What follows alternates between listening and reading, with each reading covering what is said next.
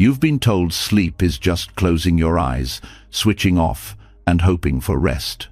But if that were true, why do so many people wake up more tired than when they went to bed? Why do you still toss and turn at night, caught in the storm of your own thoughts, unable to silence the noise in your head? The truth is, real sleep isn't just about your body, it's about your mind. For thousands of years, Buddhist monks have practiced the art of letting go of stress, of worry, of yesterday and tomorrow. They discovered that sleep can be more than rest. It can be a sacred practice, a nightly glimpse of peace, a mini nirvana where the weight of the world dissolves and you return to pure stillness. Imagine that, every night becoming a doorway into freedom, every dream a teacher, every moment of silence a path to happiness. Tonight, as you listen, you will begin to feel it. Your breath will slow, your racing thoughts will soften, and a calm you may have forgotten will rise gently from within. And when you wake, you'll see that happiness doesn't come from chasing or controlling life. It comes from surrender, from awareness, from the quiet strength already inside you. This isn't just another guide to help you fall asleep. This is 3 hours of timeless Buddhist lessons, an inner journey to peace, clarity, and joy. A chance to rest deeply and to live lighter. Are you ready to close your eyes and step into that freedom? Let's begin. When the lights go out and silence fills the room, most people think sleep is nothing more than the body shutting down for a few hours. But what if that silence held something much deeper? What if sleep was not just rest, but a doorway, a hidden passage into peace that most of us pass through without ever noticing? For centuries, Buddhist masters described deep sleep as a taste of freedom itself, a nightly reminder that the self you cling to is not as solid as you believe. Tonight, we step into that mystery. In the Buddhist tradition, self-awareness is not a luxury, it is the ground beneath every step. Without awareness, life becomes a blur of habits, worries, and restless chasing. With it, even ordinary moments glow with meaning. When monks looked at sleep, they did not see wasted hours or emptiness. They saw a natural glimpse of what happens when the ego dissolves. In waking life, the I feels constant. I think, I plan, I want, I fear. Yet in deep sleep, that whole identity disappears, and still life continues. Breathing continues. The heart continues. Consciousness, in a quiet form, remains. To the monks, this was proof that the ego is not the core of who you are. Think of how radical that realization island. You spend your days defending your image, building your identity, fearing loss, craving approval, chasing goals. But in the deepest layers of sleep, none of that exists. The clinging stops, the battles stop. There is no me and no mine. Only stillness, only being. This is why ancient teachers called deep sleep a mini nirvana, a state where the fire of desire, aversion, and delusion goes out for a while. You may not remember it when you wake, but your body and mind know. That refreshment you feel after a good night's sleep is not just physical recovery, it is the echo of having touched, for a brief time, a place beyond self. This is not a theory, it is something you experience every single night, whether you notice it or not. What makes the Buddhist view so transformative is the invitation to bring awareness to what is usually unconscious. Instead of treating sleep as dead time, you begin to see it as a practice, a teacher, a reminder. Self-awareness here means pausing before bed to reflect, who is it that will dissolve tonight? The face in the mirror, the story in your mind, the endless worries, they all drop away. And yet, you remain. That insight softens fear. It makes you less desperate to hold on so tightly. One reason many people struggle with sleep is that they cannot let go. They lie in bed, still clutching the day, still carrying unsaid words, unfinished tasks, unresolved emotions. But the body cannot rest while the mind is gripping so hard. The Buddhist approach says, rest begins with release. To release, you must be aware of what you are holding. Self-awareness is the torch that shows you where the tension hides. You notice the jaw clenched, the shoulders heavy, the thoughts circling like vultures, and by seeing them, you begin to soften. Awareness is gentle. It does not demand, it does not scold. It simply sees. That simple act of seeing without judgment is itself the doorway to rest. When you notice a thought instead of becoming trapped in it, it loses its weight. When you notice your breath instead of fighting with it, it steadies naturally. This is how monks could sit quietly for hours, resting deeper than sleep itself, simply by watching the mind without clinging. For you, the practice begins in bed, in the quiet moments before you drift off. Instead of trying to control the mind, you observe. Instead of forcing rest, you allow. Science now confirms what Buddhists discovered long ago. Awareness changes the brain. Neuroscientists speak of the default mode network, the region tied to self-referential thinking.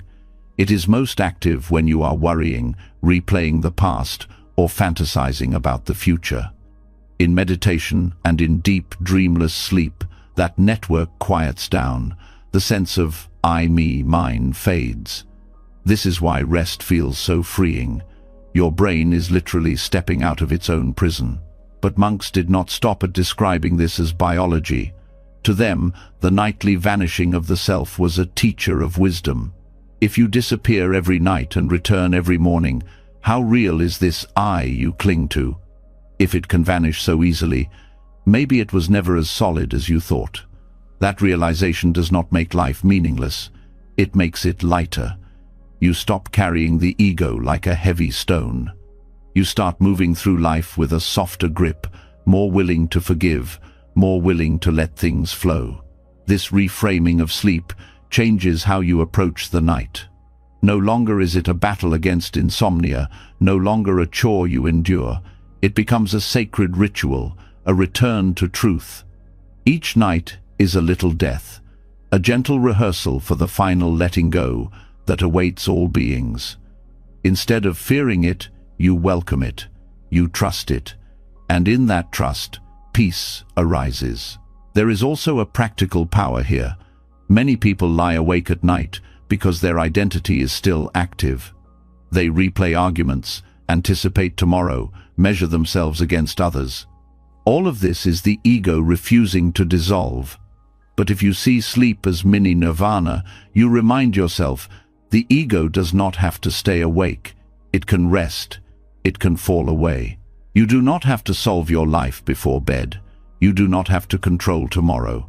You simply step aside and let the great tide of sleep carry you. That is not weakness, it is wisdom. The Buddha once compared the self to a flame. It flickers, it changes, it depends on fuel. When the fuel runs out, the flame goes out. Sleep shows you this every night. The fuel of thought, identity, striving burns low, and the flame dims into silence. You awake again, but you are never exactly the same flame as before. Something has shifted, however subtly. To see this clearly is to understand impermanence, one of the deepest truths in Buddhism. Impermanence is not just about death or decay. It is also about renewal, about how each night allows a new beginning. This is why awareness of sleep is not separate from awareness of life. The same qualities that help you rest, letting go, trusting, softening, are the ones that help you live happier. Each time you surrender to sleep with awareness, you are practicing a kind of courage.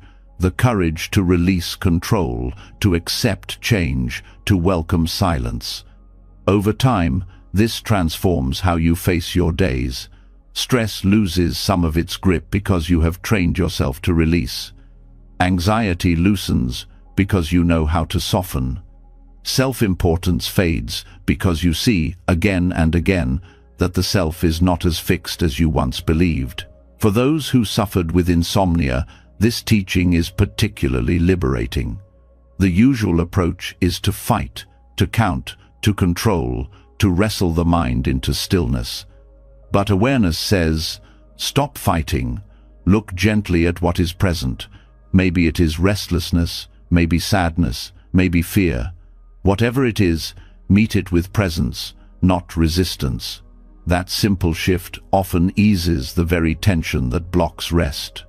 Sleep comes not by force but by surrender, and awareness is the path to surrender.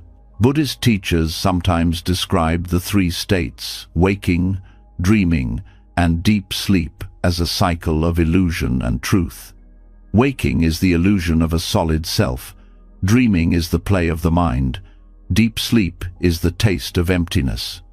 The wise use all three as teachings. In waking life, awareness shows you the ego is a performance. In dreams, awareness shows you how the mind creates whole worlds out of nothing. In sleep, awareness shows you freedom from both. Together, they reveal the path to nirvana, not as some distant heaven but as the very texture of your own mind. As you reflect on this, notice how your relationship with sleep begins to change. No longer a nightly struggle, it becomes an ally. No longer a blank void, it becomes a teacher. And this shift brings both rest and happiness. Rest because you are no longer fighting. Happiness because you begin to live from a place of freedom rather than clinging. The more you practice awareness, the more subtle your perception becomes. You start to notice how the mind resists sleep, how it clings to thought, how it fears silence. But instead of being trapped by these habits, you observe them like passing clouds. In this way, each night becomes a meditation, each dreamless interval a glimpse of liberation. Over time, the boundary between meditation and sleep dissolves, and both become expressions of the same truth. The self is not as fixed as you believe, and peace is closer than you think. This lesson is not about theories to memorize, but about experience to feel. Tonight, when you lay your head down, remember the self that worries, the self that fears, the self that clings, none of it survives deep sleep. And yet, something deeper continues. Rest in that, trust that. That is the foundation of awareness, the key to both sleep and happiness. The awareness that the self dissolves each night is not only a lesson in freedom, but also an invitation to approach life with greater tenderness. When you see how fragile the identity is, how it vanishes and reappears like a shadow at dawn, you begin to feel the weight of impermanence pressing gently on your heart. It is here that compassion must arise, not only for the world but also for yourself. Before you can sleep in peace, you must learn the art of letting go. This is what many Buddhist teachers call the practice of daily death. Daily death is not about fear, it is about release. Every night, you are given a chance to practice the great letting go, the same letting go that death will one day demand from you. To carry this practice into sleep means to unburden yourself, to place down what you cannot carry into the night. The quarrels, the regrets, the heavy expectations, the tight grip on tomorrow, all of it belongs to the waking self. And the waking self does not survive the night. To cling to it in bed is to fight against the very nature of sleep itself. The practice begins with honesty. At the end of each day, ask yourself, what am I holding on to that I cannot take into the night? Perhaps it is a resentment towards someone who spoke harshly to you. Perhaps it is guilt for not finishing your tasks. Perhaps it is fear of what tomorrow may bring. These weights keep the mind restless. The Buddhist approach is to see them clearly, name them, and then release them, not by forcing them away, but by recognizing their impermanent nature. Impermanence is not an abstract concept. You see it every day, in the face of a withering flower, in the changing seasons, in the lines deepening on your own skin. Everything shifts, everything flows. To resist that truth is to suffer. To accept it is to find peace. When you lay in bed, aware of impermanence, you remind yourself, This resentment will pass. This guilt will pass. This fear will pass. None of it can be held forever. Death will take it from you one day, but tonight you practice releasing it willingly. This practice transforms the very quality of sleep. Instead of lying in bed consumed by unresolved feelings, you create a ritual of closure. Some people use prayer, some use journaling, some sit quietly in reflection. The method is less important than the intention: to meet the end of the day as if it were the end of a life. To look back with honesty, to acknowledge what has been done, to forgive what remains unfinished, and to rest in the knowledge that everything dissolves. Compassion begins here. Without compassion for yourself, letting go becomes harsh, almost like a punishment. But with compassion, you soften. You say to yourself, "I did my best with the time and energy I had today. I am human, I am learning, and it is enough." This kindness is the ground from which release becomes possible. Without it, you cling to perfection, to the need to be more, do more, control more. But the self that enters sleep cannot carry those burdens. Self-compassion is what allows the hand to finally unclench.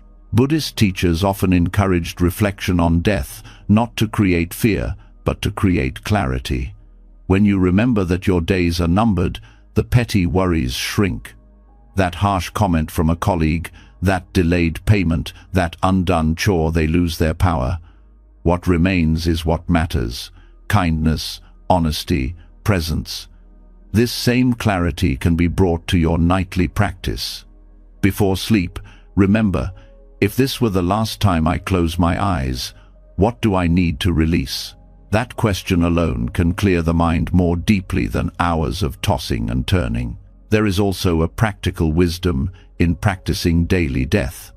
Many people carry unresolved conversations in their minds. They replay words again and again, sharpening their own suffering. But when you see the day as finished, as gone forever, you no longer rehearse the past. You treat it as a story already ended. This frees the nervous system, which no longer has to brace for battles that are already over. The body rests when the mind stops pretending it can rewrite the past. Sleep, in this sense, is not just rest. It is forgiveness. Forgiveness of yourself for being imperfect, forgiveness of others for not meeting your expectations, forgiveness of life for not bending to your will. Every night is a chance to forgive, to loosen the knot of resentment that tightens throughout the day. Without this, sleep is shallow, troubled by dreams of conflict. With forgiveness, sleep becomes a surrender into peace. Compassion also means recognizing your own limits. So many people drive themselves with endless tasks, endless goals, as if life were a race to be completed. But when you view the night as a daily death, you see that every day must be complete in itself. The list will always remain unfinished. The work will always spill into tomorrow. To rest requires admitting this truth and treating yourself with kindness despite it.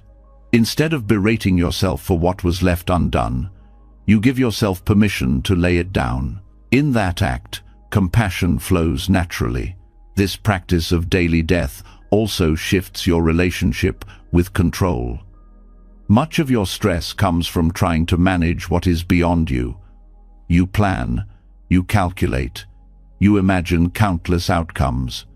But death shows you that all control is temporary. Each night, you rehearse this lesson: control is an illusion. The future unfolds whether or not you grip it tightly. By releasing control at night, you prepare yourself to meet the morning with greater calm. Instead of clinging to plans, you learn to meet what comes. This flexibility is one of the deepest forms of compassion you can offer yourself. Some people fear the thought of death, but this nightly practice transforms that fear into trust. Death is no longer a terror but a teacher. You see that letting go does not end you, it frees you. Each morning you rise renewed, lighter for having laid down your burdens.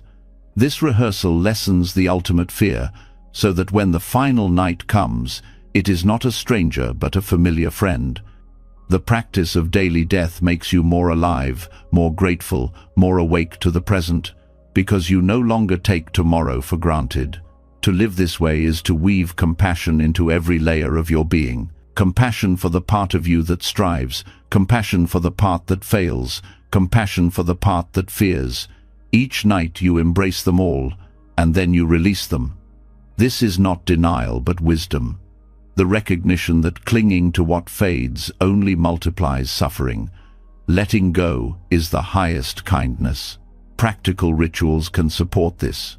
Some choose to light a candle at night, watching the flame as a reminder of the day burning down. Others write down their worries on paper and place them aside, symbolically handing them to the night. Some recite verses of gratitude, acknowledging the gifts of the day before letting them pass. These acts are not superstitions but skillful means, anchors for the mind to recognize the day's ending. Each one reinforces the truth. This chapter is finished. Now it is time to release. Daily death also reshapes how you view relationships. Every night, you recognize that you cannot control how others see you, what they think, or how they act. The anger, the misunderstandings, the longing, all must be let go with the setting Sunday. This does not mean you stop caring. It means you stop demanding that life conform to your desires. In this release, relationships become lighter, less entangled, more rooted in genuine care rather than control. Compassion extends outward because you are no longer clinging to your own script. When sleep comes after this letting go, it carries a different quality. The dreams are less troubled, the body rests more deeply, and the mind awakens with clarity. You do not wake with the heaviness of unfinished arguments or unprocessed fears. Instead, you rise like someone who has been reborn, because in a way, you have. Daily death is not a loss, it is a rebirth into presence. The wisdom of impermanence becomes not only a teaching, but a lived experience. Each night you practice, each morning you awaken, you are reshaping your relationship with life itself. You begin to see that happiness does not come from clinging, from control, from finishing every task. Happiness comes from the freedom to let go, from compassion for yourself in your imperfection, from trust in the flow of life. This is why monks practiced reflection before bed, often chanting verses that reminded them of death. Not as a morbid ritual, but as a reminder to live fully, to release what no longer serves, to rest without regret. In this way, their sleep became meditation, their nights became as meaningful as their days. You too can adopt this practice, not by retreating to a monastery, but by turning your bedroom into a space of release, a place where the day is allowed to end with dignity. The practice of daily death is the highest expression of self-compassion. To release is not to abandon yourself, but to honor yourself. To let go of anger, guilt, or fear is not weakness, but wisdom. It is a recognition that your heart deserves rest, that your mind deserves peace, that your body deserves stillness. By treating each night as a sacred rehearsal, you give yourself the gift of freedom again and again. And in this freedom, both sleep and happiness blossom naturally. Letting go before sleep is not the end of the journey. It is the beginning of another path that unfolds in the hidden hours of the night. When the body rests and the conscious mind loosens its grip, a different kind of world opens. This world is not bound by the rules of waking life. It bends, it shifts, it surprises. For many, dreams feel like nonsense or random noise, but to Buddhist practitioners, dreams are not accidents. They are mirrors, reflecting the patterns of the mind, the imprints of karma, and the subtle energies that shape daily experience. To treat them as meaningless is to overlook one of the most profound teachers available to us. Dreams reveal the truth of how the mind works when it is free from the mask of daytime control. In waking life, you edit yourself. You hide certain emotions, you suppress impulses, and you pretend to be more stable than you really are. But at night, When the conscious gatekeeper relaxes, the mind speaks in images, stories, and emotions that rise from deeper layers. This is why Buddhist traditions, such as dream yoga, taught practitioners to pay close attention to what arises. Each dream holds a message, not in a superstitious sense, but as a direct reflection of the mental and karmic habits that shape life. When you look at dreams through this lens, you begin to see them as living lessons. A dream of running from something can point to fears you deny in daylight. A dream of conflict may reveal unresolved anger. A dream of loss may expose attachments that weigh heavily on the heart. The images may be strange, but the emotions are precise. This is the Dharma of dreams. They show you what you most need to see, often in ways that bypass the intellect. In Buddhist teachings, karma is not fate. It is the momentum of past actions and choices. Every thought, word, and deed leaves an imprint, and these imprints ripple through the mind. Dreams are one way these imprints surface. If you have lived with kindness, your dreams often carry lightness. If you have been consumed by greed or fear, your dreams can become tangled, heavy, even nightmarish. In this way, dreams become feedback, showing you the shape of your karma in real time. To dismiss them is to throw away a mirror that could reveal how to grow. Dream yoga developed as a way to use this mirror consciously. Practitioners trained themselves to recognize that they were dreaming, a state now called lucid dreaming. But unlike modern lucid dreaming practices, the goal was not to control the dream or seek pleasure. The purpose was awareness. To see the dream as dream, to rest in the recognition that all experiences, whether waking or sleeping, are constructed by the mind. This insight cut directly to the heart of Buddhist wisdom. Everything is impermanent. Everything is empty of fixed identity. Everything arises and passes through causes and conditions. Dreams are the perfect teacher of this because they show you entire worlds built out of nothing but thought. Think of how a dream can feel completely real until the moment of waking.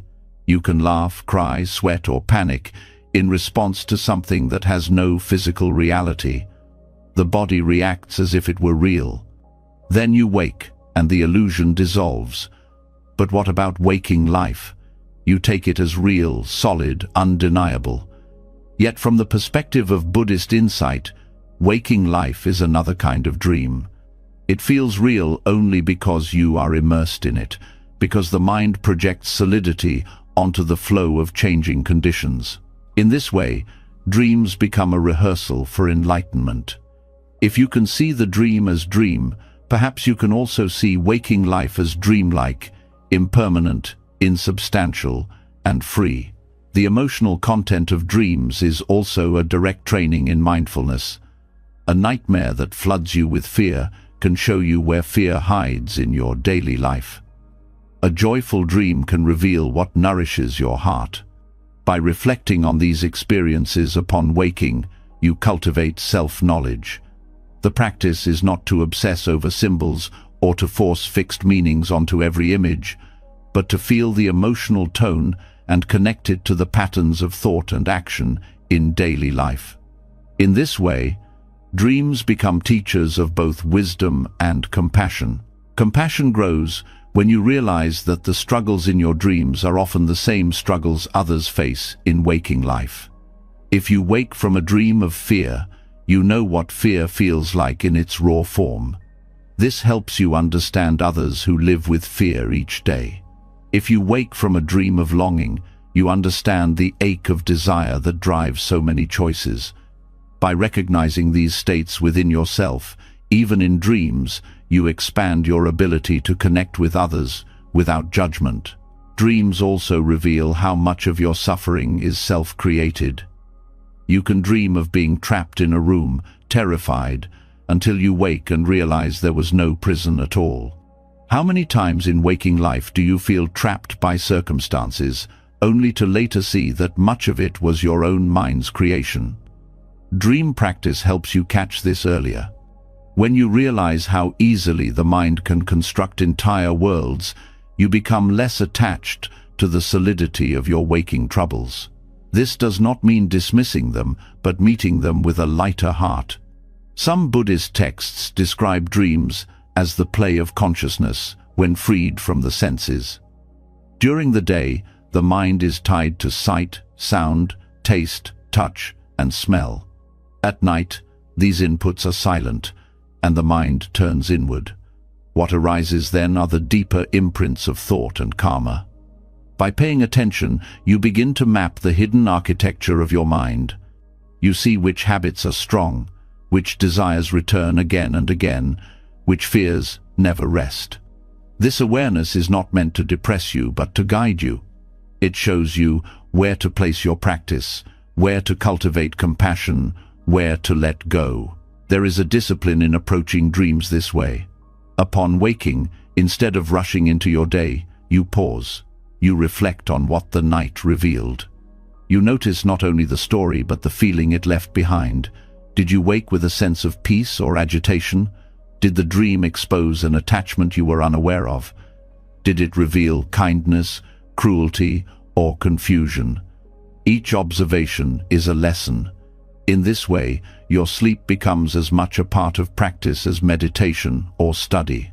Even nightmares, often dismissed as disturbances, are teachers. They show you what the mind resists. They bring shadow material into the open.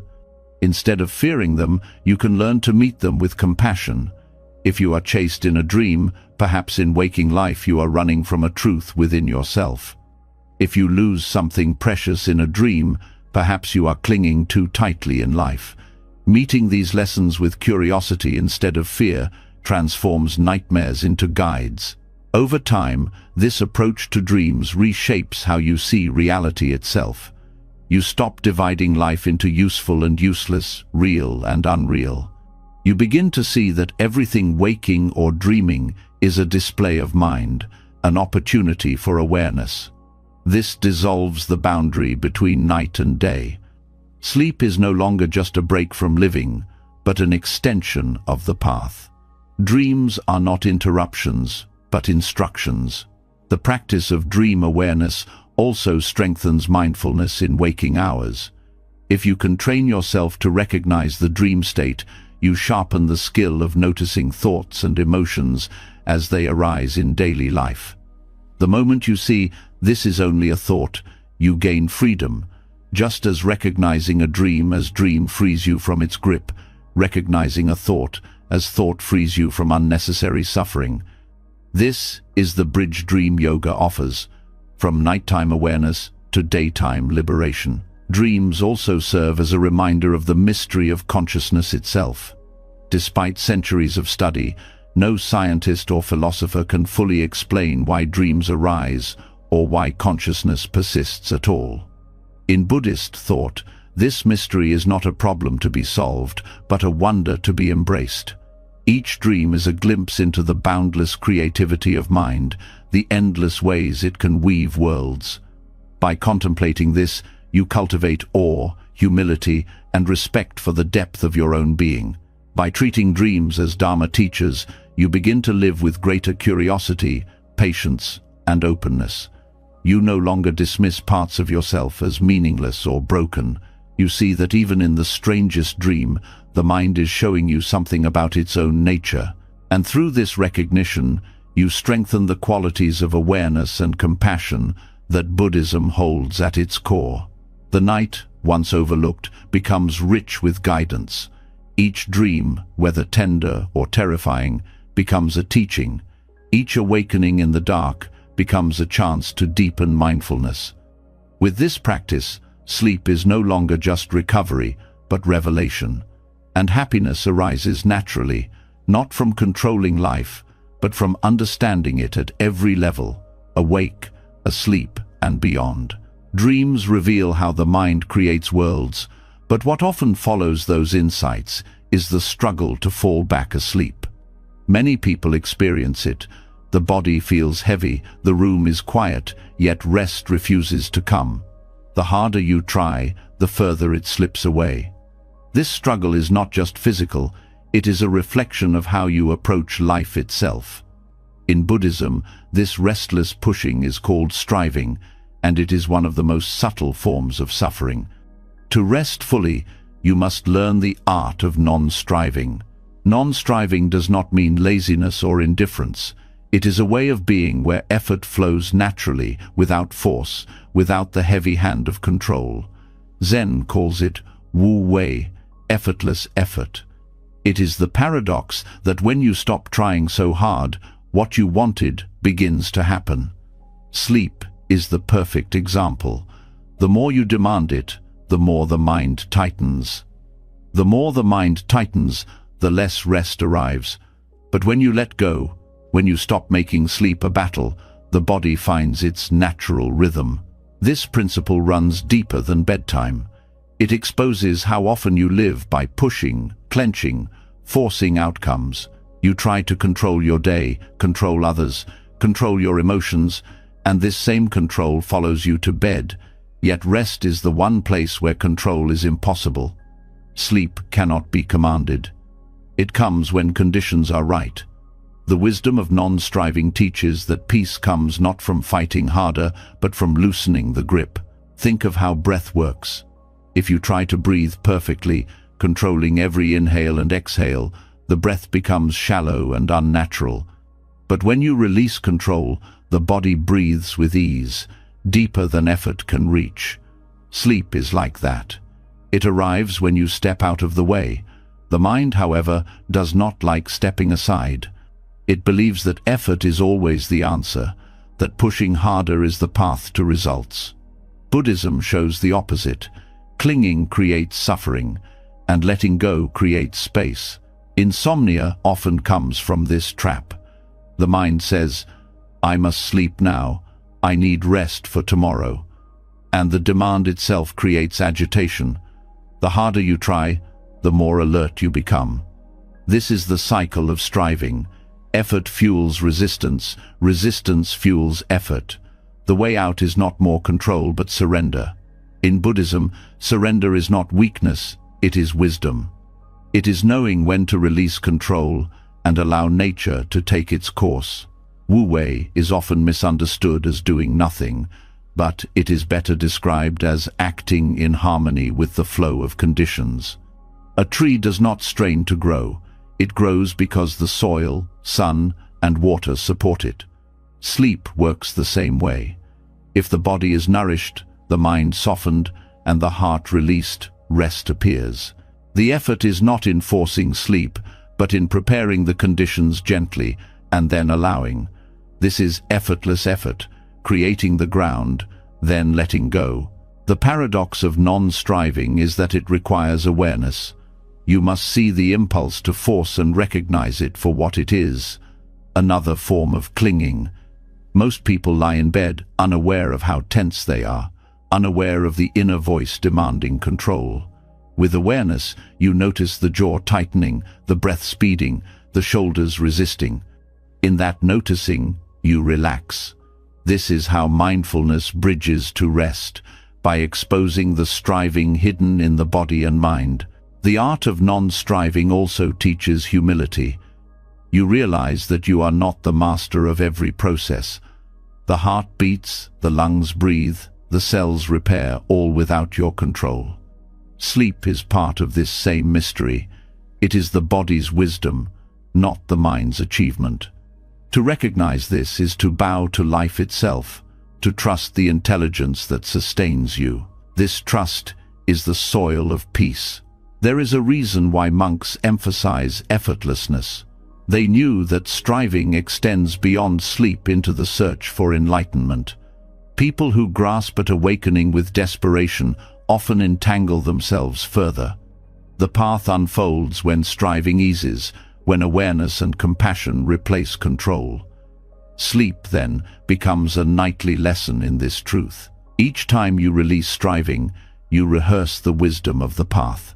Non-striving can be practiced in small ways before bed. You can sit quietly, not to force calmness, but simply to notice what is present. Thoughts may rise, feelings may come, and instead of trying to fix them, You watch.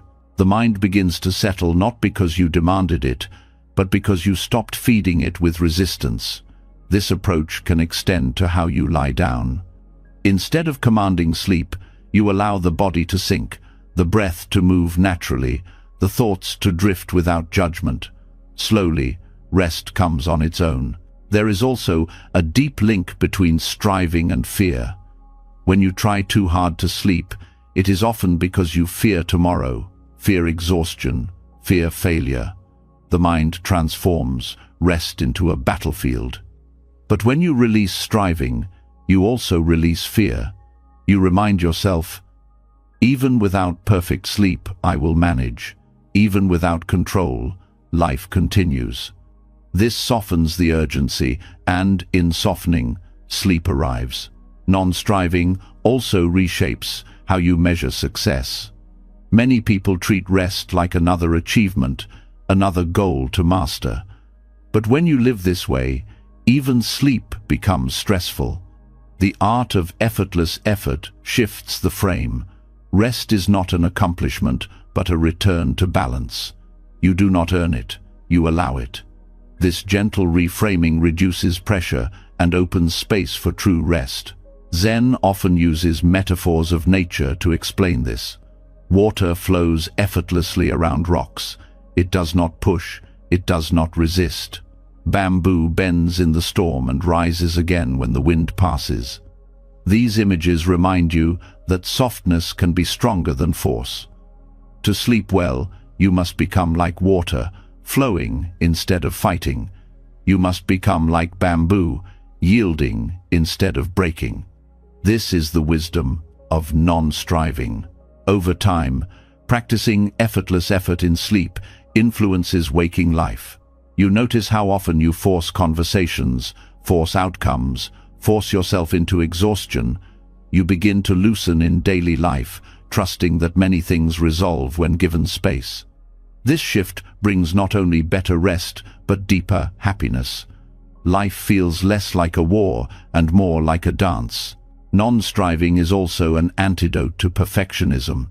The belief that you must perform even in rest, that you must sleep flawlessly, is another chain. To break it, you accept imperfection. Some nights will be restless, some sleep will be shallow, and that is part of the human condition. By embracing imperfection, you free yourself from the anxiety that blocks rest.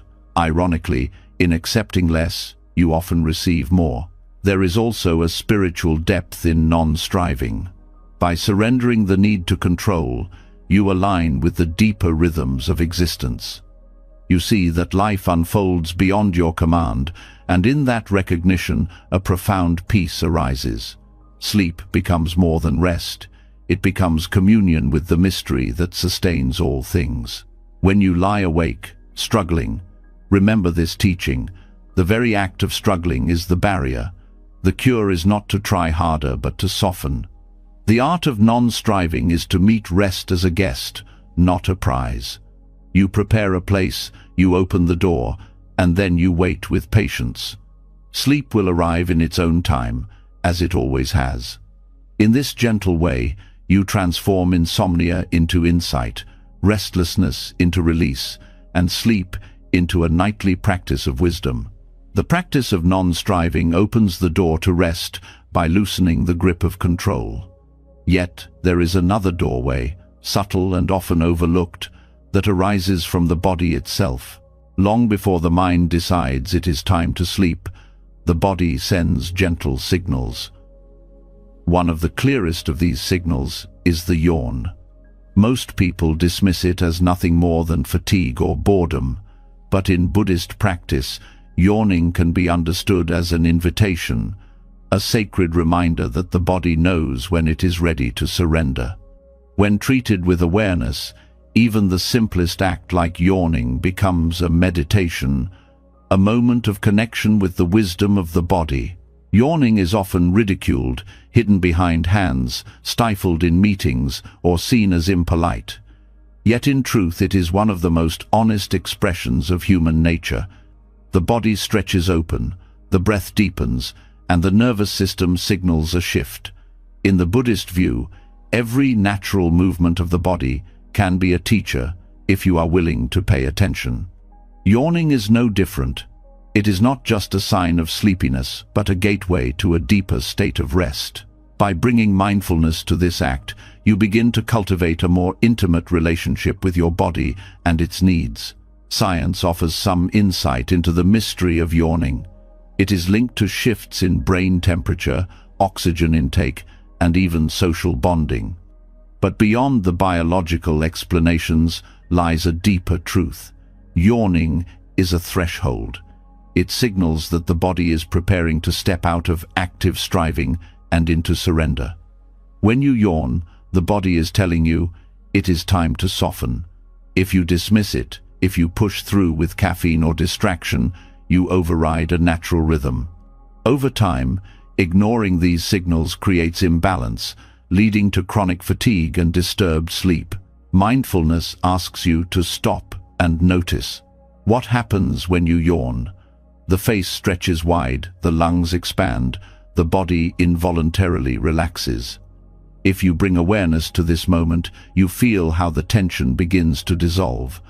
The yawn itself is an act of letting go, not forced but spontaneous.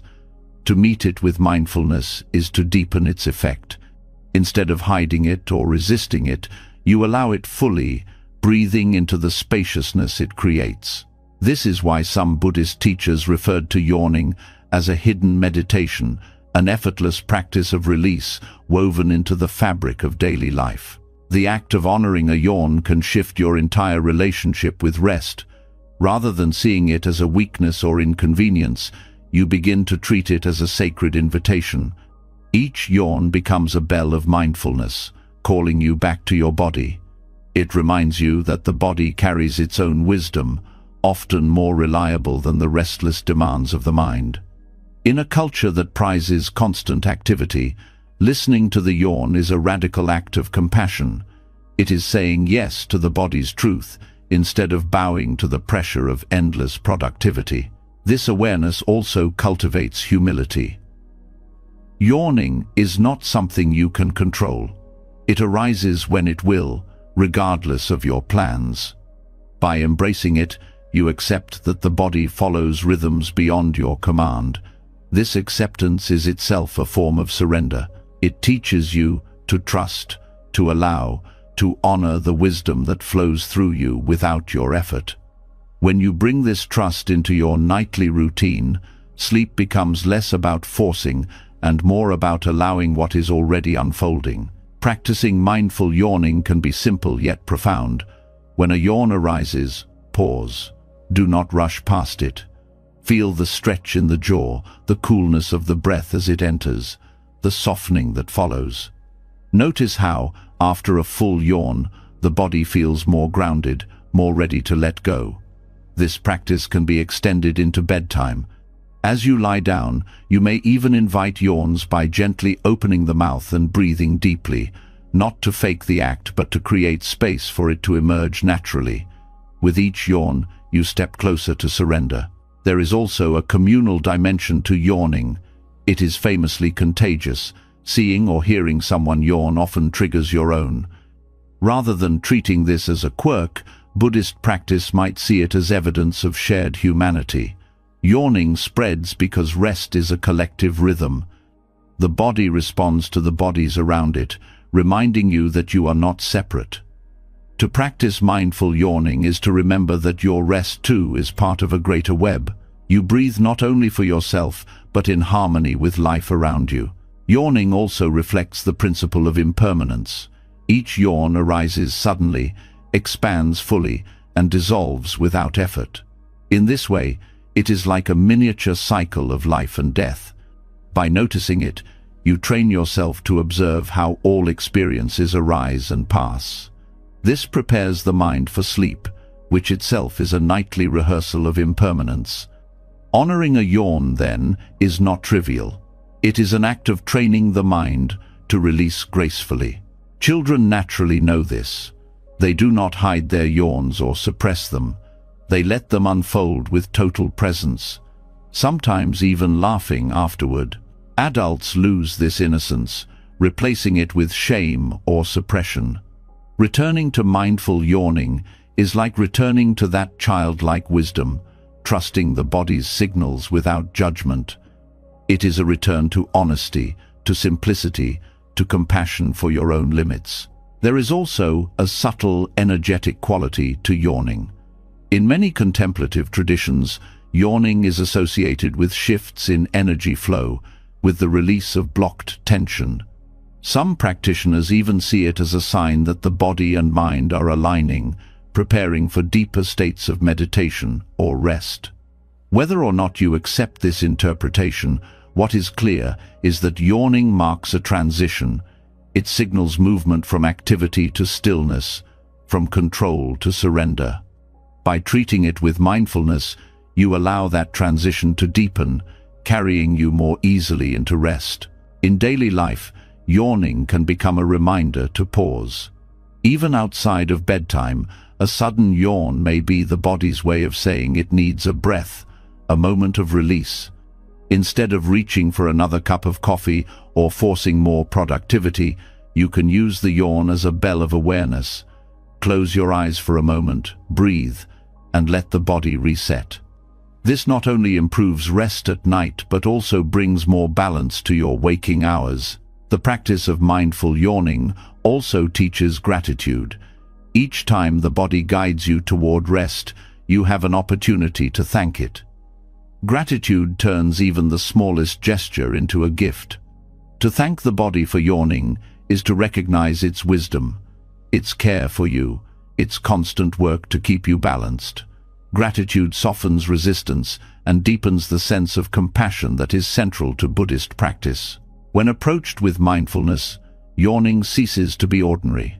It becomes extraordinary in its simplicity, a gateway hidden in plain sight, offering you a chance to align with the natural rhythms of life. By honoring it, you honor yourself. By following it, you move closer to the rest you seek. It is not through effort but through attention, not through control but through surrender, that this subtle gateway opens fully. The art of resting well is not built only on grand practices or long meditations. Sometimes it rests on the smallest gestures, the breath, the posture, the yawn. To recognize these cues and treat them with reverence is to live in harmony with the body and the mind.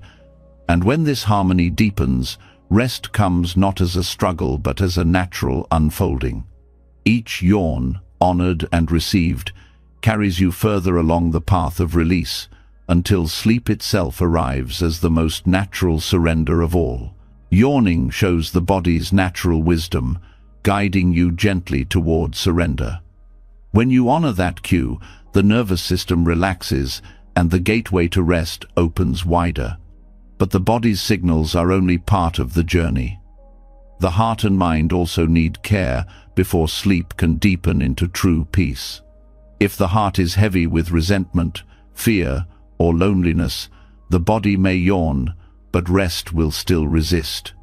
This is why ancient Buddhist teachings offer the 4 Brahma-viharas qualities of the awakened heart as nightly companions.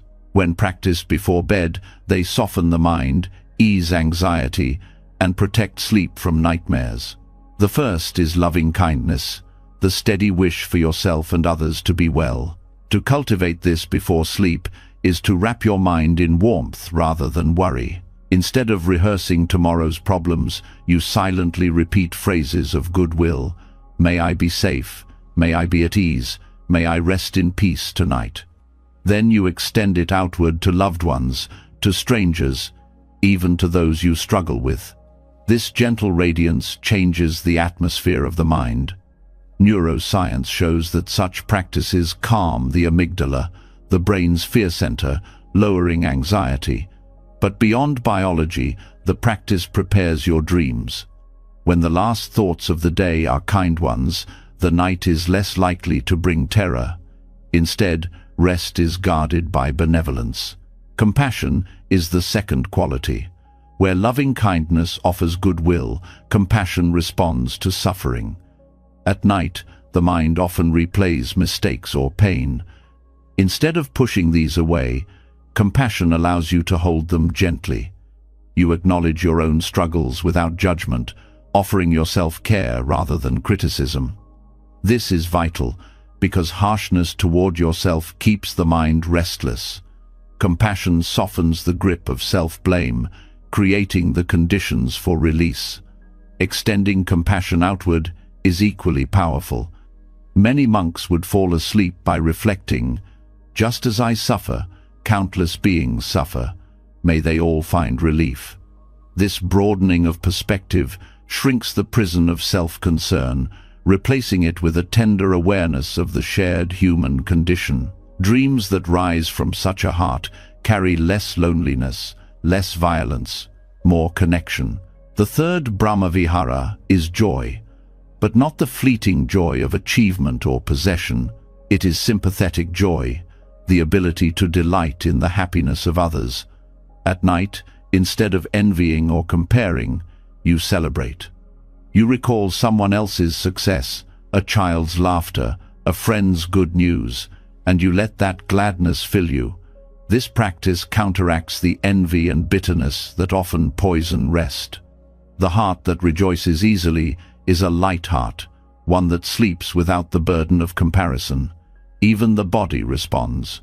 Joy releases endorphins and balances hormones, supporting deeper cycles of rest. On the path of dream yoga, joy is also seen as protective. A joyful mind produces dreams that uplift rather than disturb. The final quality is equanimity. This is the balance that keeps the other three from turning into attachment or exhaustion. Loving kindness without equanimity can become clinging. Compassion without equanimity can become overwhelm. Joy without equanimity can become craving. Equanimity steadies them all. To cultivate it before bed is to remind yourself, things change, people come and go, the day has ended. You let go of the need to control outcomes. This balanced acceptance prevents the mind from grasping at tomorrow's uncertainties. Equanimity at night is like a blanket over the fire of the mind. It allows the flames of agitation to cool into glowing embers of calm. When these four qualities are woven into a nightly ritual, they transform the experience of sleep. Instead of entering the night burdened with unresolved emotions, you enter with a heart that has been cleansed. You drift off not in conflict but in peace. Buddhist texts often describe the Brahmaviharas as divine abodes, states of dwelling that elevate the heart. To fall asleep in such an abode is to rest in heaven, even while still alive. Nightmares are less likely because the mind is not seeded with violence or fear. Anxiety lessens because equanimity tempers desire and worry. The heart rests easier when it has been bathed in kindness. Practicing these meditations does not require hours. Just a few minutes of reflection is enough to shift the inner landscape. Some people repeat traditional phrases. Others visualize offering light or warmth to others. Some simply breathe and let these qualities arise naturally. The method matters less than the sincerity. What matters is that the final impressions of the day are wholesome, not tangled. In Buddhism, the state of mind at the moment of sleep influences the state of dreams. By practicing the Brahmaviharas, you shape your dreams toward clarity and compassion. There is also a karmic dimension. Each night is not only a preparation for rest, but also for tomorrow's life. By planting seeds of kindness, compassion, joy, and equanimity at night, you nourish tendencies that blossom during the day. This continuity deepens practice. The heart trained at night is more resilient in daylight. Sleep and waking life begin to support each other in a cycle of peace. These meditations also strengthen the bond between self-compassion and compassion for others. If you practice only kindness toward others but neglect yourself, rest will remain shallow. If you care only for yourself but close your heart to others, rest will be restless. The Brahmaviharas balance both directions. They teach that care must flow in all directions, inward and outward, without discrimination. This balance is especially healing at night, when the boundaries of self loosen. To fall asleep with a heart that embraces both self and world is to rest in wholeness. In modern life, where anxiety and insomnia are common, this practice is revolutionary. Instead of fighting sleep with medication or distraction, you transform the cause, the state of the heart. Ancient monks knew that the mind's last impression before sleep carries immense weight. They deliberately ended the day with these meditations, ensuring that the night carried the fragrance of peace. This is not superstition, but psychology at its deepest. What you feed your heart becomes the climate of your rest. When nightmares do arise, the Brahma Viharas offer tools for response. Waking from fear, you can extend compassion to yourself, calming the heart. You can send kindness to the figures in the dream, seeing them as aspects of your own mind. You can rejoice in the simple fact of awakening, that the terror has passed. And you can steady yourself with equanimity, remembering that dreams are transient and empty. In this way, even nightmares become part of the practice, transformed into opportunities for the awakened heart. The beauty of this teaching is its accessibility. Anyone can practice it. You do not need advanced training or years of meditation experience. You need only sincerity and attention. Each night, as you prepare for bed, instead of scrolling through screens or worrying over tomorrow, you pause, you turn inward, you open the heart, and you rest in these 4 divine qualities. Over time, this becomes as natural as brushing your teeth. Sleep is no longer only physical repair, but also spiritual nourishment. In this way, the Brahma Viharas reveal themselves as more than meditations. They are medicines. Medicines for the restless mind, for the anxious heart, for the soul burdened by conflict. To end the day with them is to close the book of the day with grace, leaving no unfinished sentences. You enter sleep with a clear heart, and in that clarity, rest blossoms. Through loving kindness, you bathe the night in warmth. Through compassion, you soothe the wounds of the day. Through joy, you open to delight even in darkness. Through equanimity, you release control and surrender to peace. Together, they form a ritual that transforms sleep from a struggle into a sanctuary. And when you awaken, it is not only with a rested body, but with a heart renewed, ready to meet the world with the same qualities you carried into the night. When the heart has been softened by kindness, compassion, joy, and balance, sleep becomes lighter and dreams less troubled. Yet even with the purest intentions, there will be nights when rest does not come. The body turns, the mind circles, and the clock seems louder with every passing minute. Many people grow angry or fearful in these hours, thinking something is wrong with them, believing that wakefulness at night is a failure. But Buddhism offers another path. Instead of fighting wakefulness, you can transform it. Nighttime restlessness does not need to be an enemy. It can become a teacher.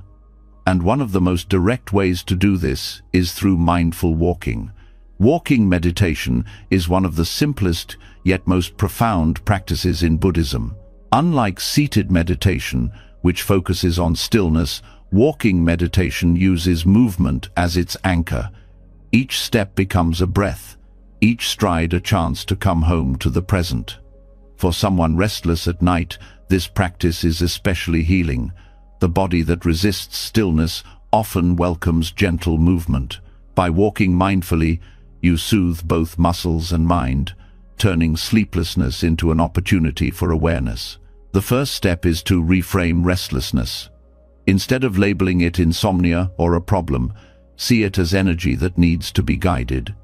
In Buddhist thought, suffering arises not from what happens, but from the resistance to what happens.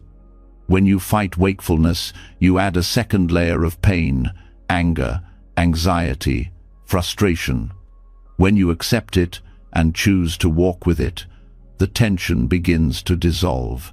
The practice is not about forcing sleep, but about using wakefulness as a chance to deepen mindfulness. To practice walking meditation at night, You do not need a large space. A hallway, a small room, even a few steps back and forth are enough. The key is attention. You place one foot on the ground with awareness, feeling the contact, the weight, the shift of balance, then the next. Breath flows naturally with each step. The mind anchors itself in the rhythm of movement. What was once a prison of tossing and turning becomes a sanctuary of gentle motion. There is a natural calming effect in this practice. Movement helps release the physical tension that often builds during restless nights. Muscles soften, the breath deepens, and the nervous system shifts from alertness to ease. But beyond biology, the practice carries spiritual depth. Each step becomes a symbol of letting go of expectation, of control, of the demand for sleep. You simply walk, aware, alive in the present moment. Some Buddhist teachers describe walking meditation as planting seeds with your feet. Each step lays down the intention of peace, of patience, of compassion. At night, when the world is quiet, this intention feels especially powerful. You are not merely pacing in frustration, you are cultivating the ground of your mind. In this way, sleeplessness becomes sacred. The practice also shifts your relationship with time. Restless nights often feel unbearable because you are counting hours, worrying about the morning. Time becomes an enemy, but in walking meditation, time dissolves. There is no rush, no deadline, only step after step. By entering this timeless rhythm, you remove the pressure that fuels insomnia. The night is no longer wasted, it becomes practice. Mindful walking also reveals the truth of impermanence. No step is the same as the one before. Each rise and fall of the foot is unique, never to be repeated. By noticing this, you train yourself to see how every moment arises and passes. The anxiety of wakefulness begins to feel less permanent. You see clearly, this too will pass. Even restlessness is transient, like a wave that rises and falls.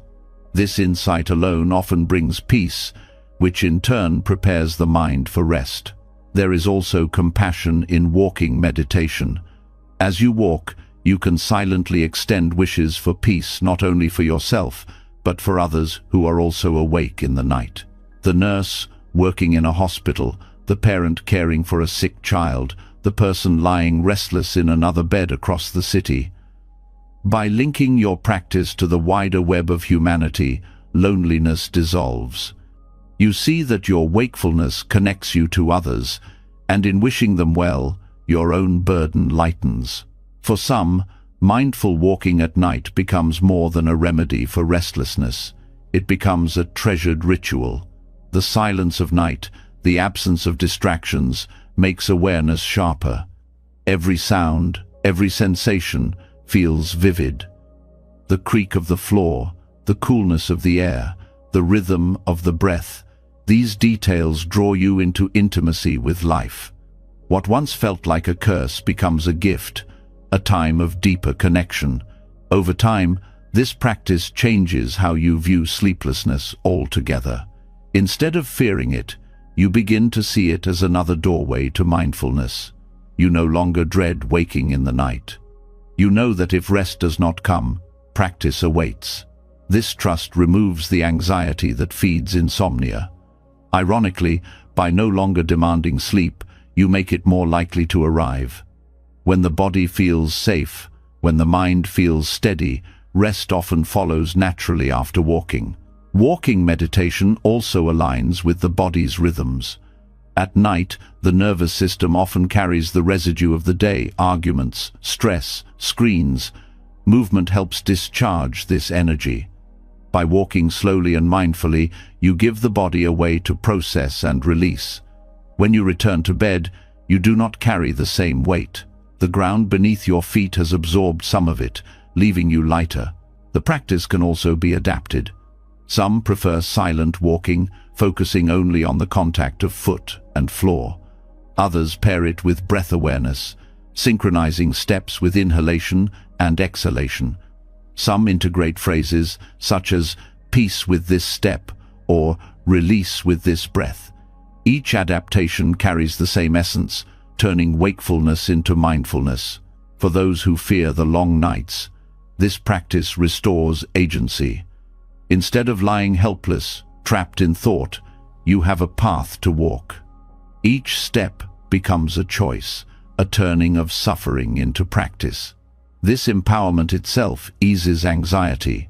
You are no longer at war with the night. You are walking with it, learning from it, resting in its silence even while awake. When sleep eventually returns, it does so not out of exhaustion but out of harmony. The mind has shifted from resistance to acceptance, the body from tension to ease. The quality of rest that follows walking meditation is often deeper, more nourishing. Dreams may feel calmer, the heart steadier.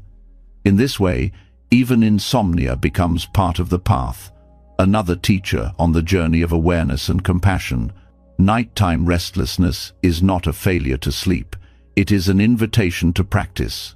By walking mindfully, you transform those hours into steps of peace. You discover that rest is not limited to lying down. Rest is the quality of presence, the quiet acceptance of what island. Each step at night becomes a testament to this truth. Even in wakefulness, you can rest. Even in sleeplessness, you can awaken.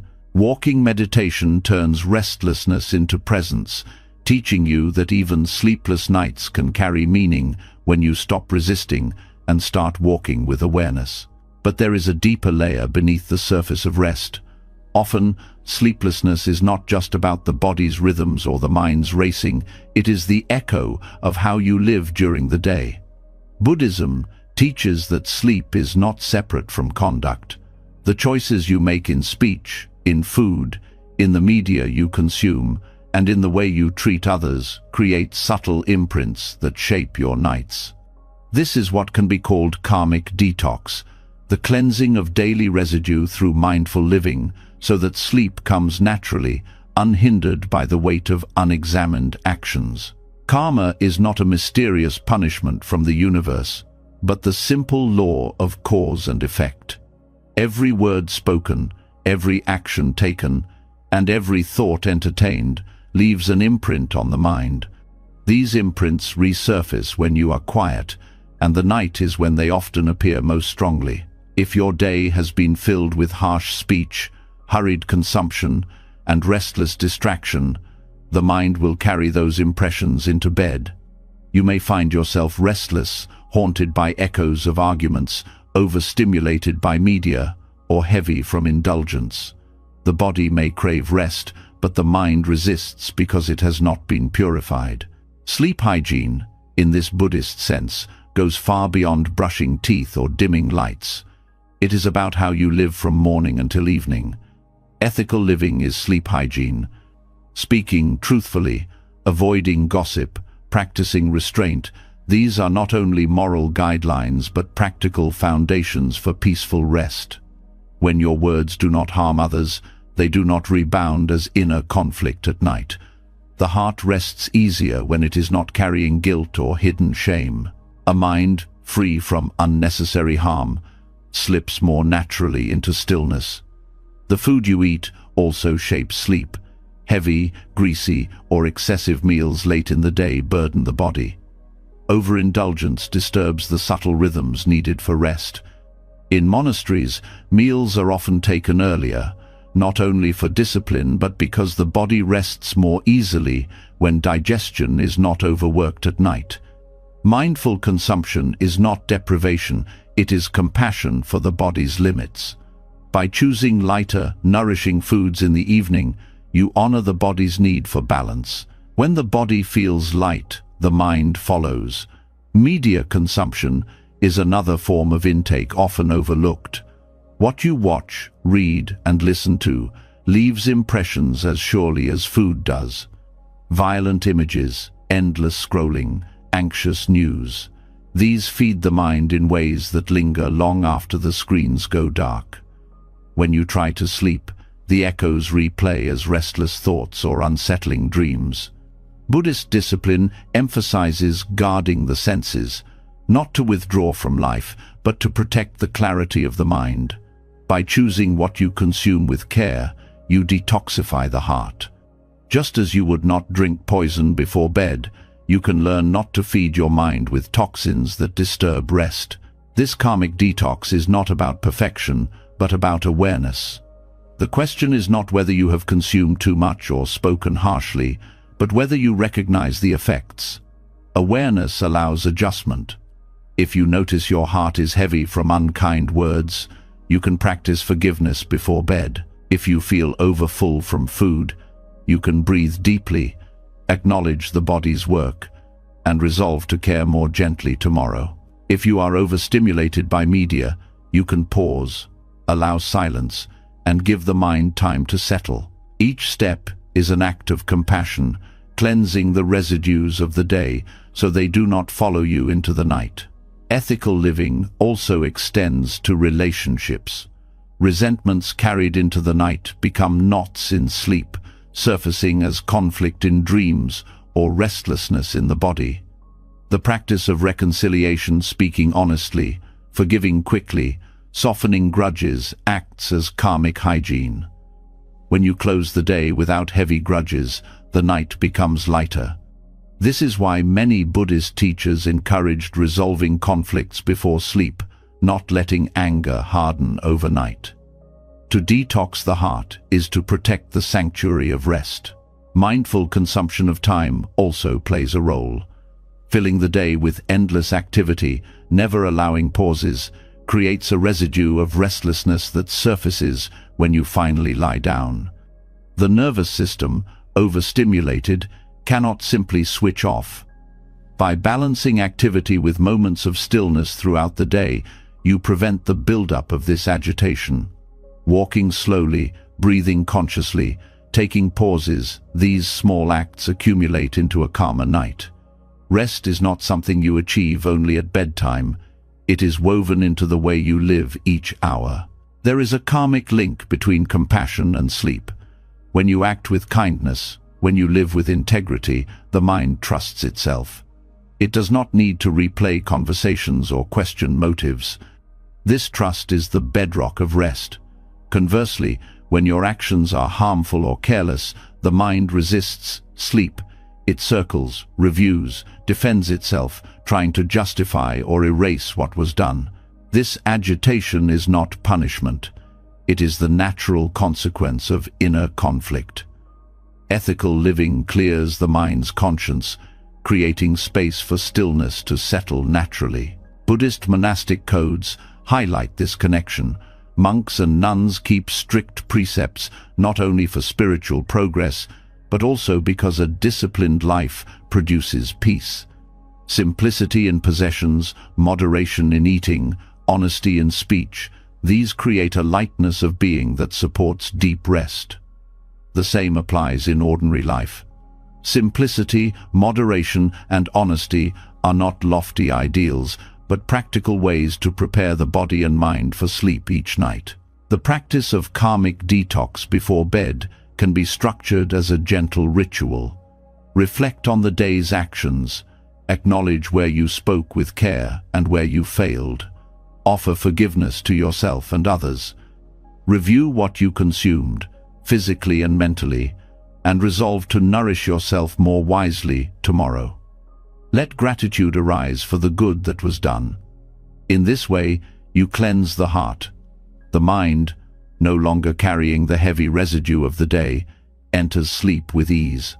There is also a subtle teaching here. Sleep itself can be viewed as a karmic mirror.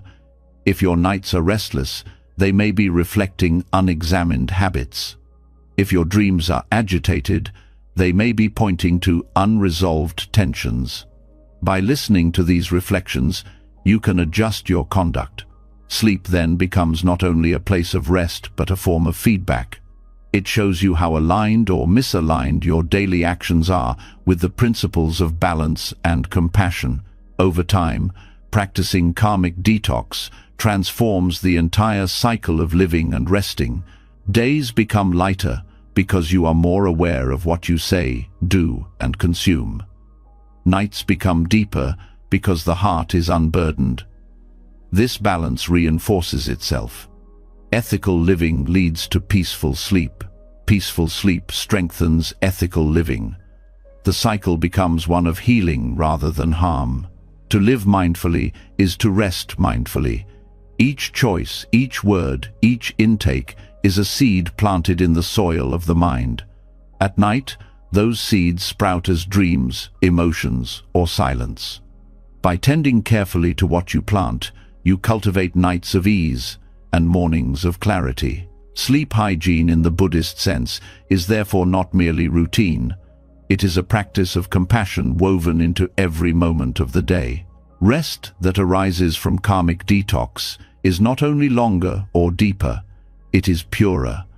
The mind does not toss with guilt, the body does not resist with heaviness, the heart does not ache with unhealed wounds. Sleep becomes a sanctuary, a true refuge, because it is supported by the integrity of your waking life.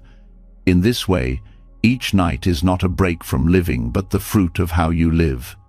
And when you wake, renewed, the cycle continues with clarity, carrying you forward into another day of mindful choices and compassionate presence.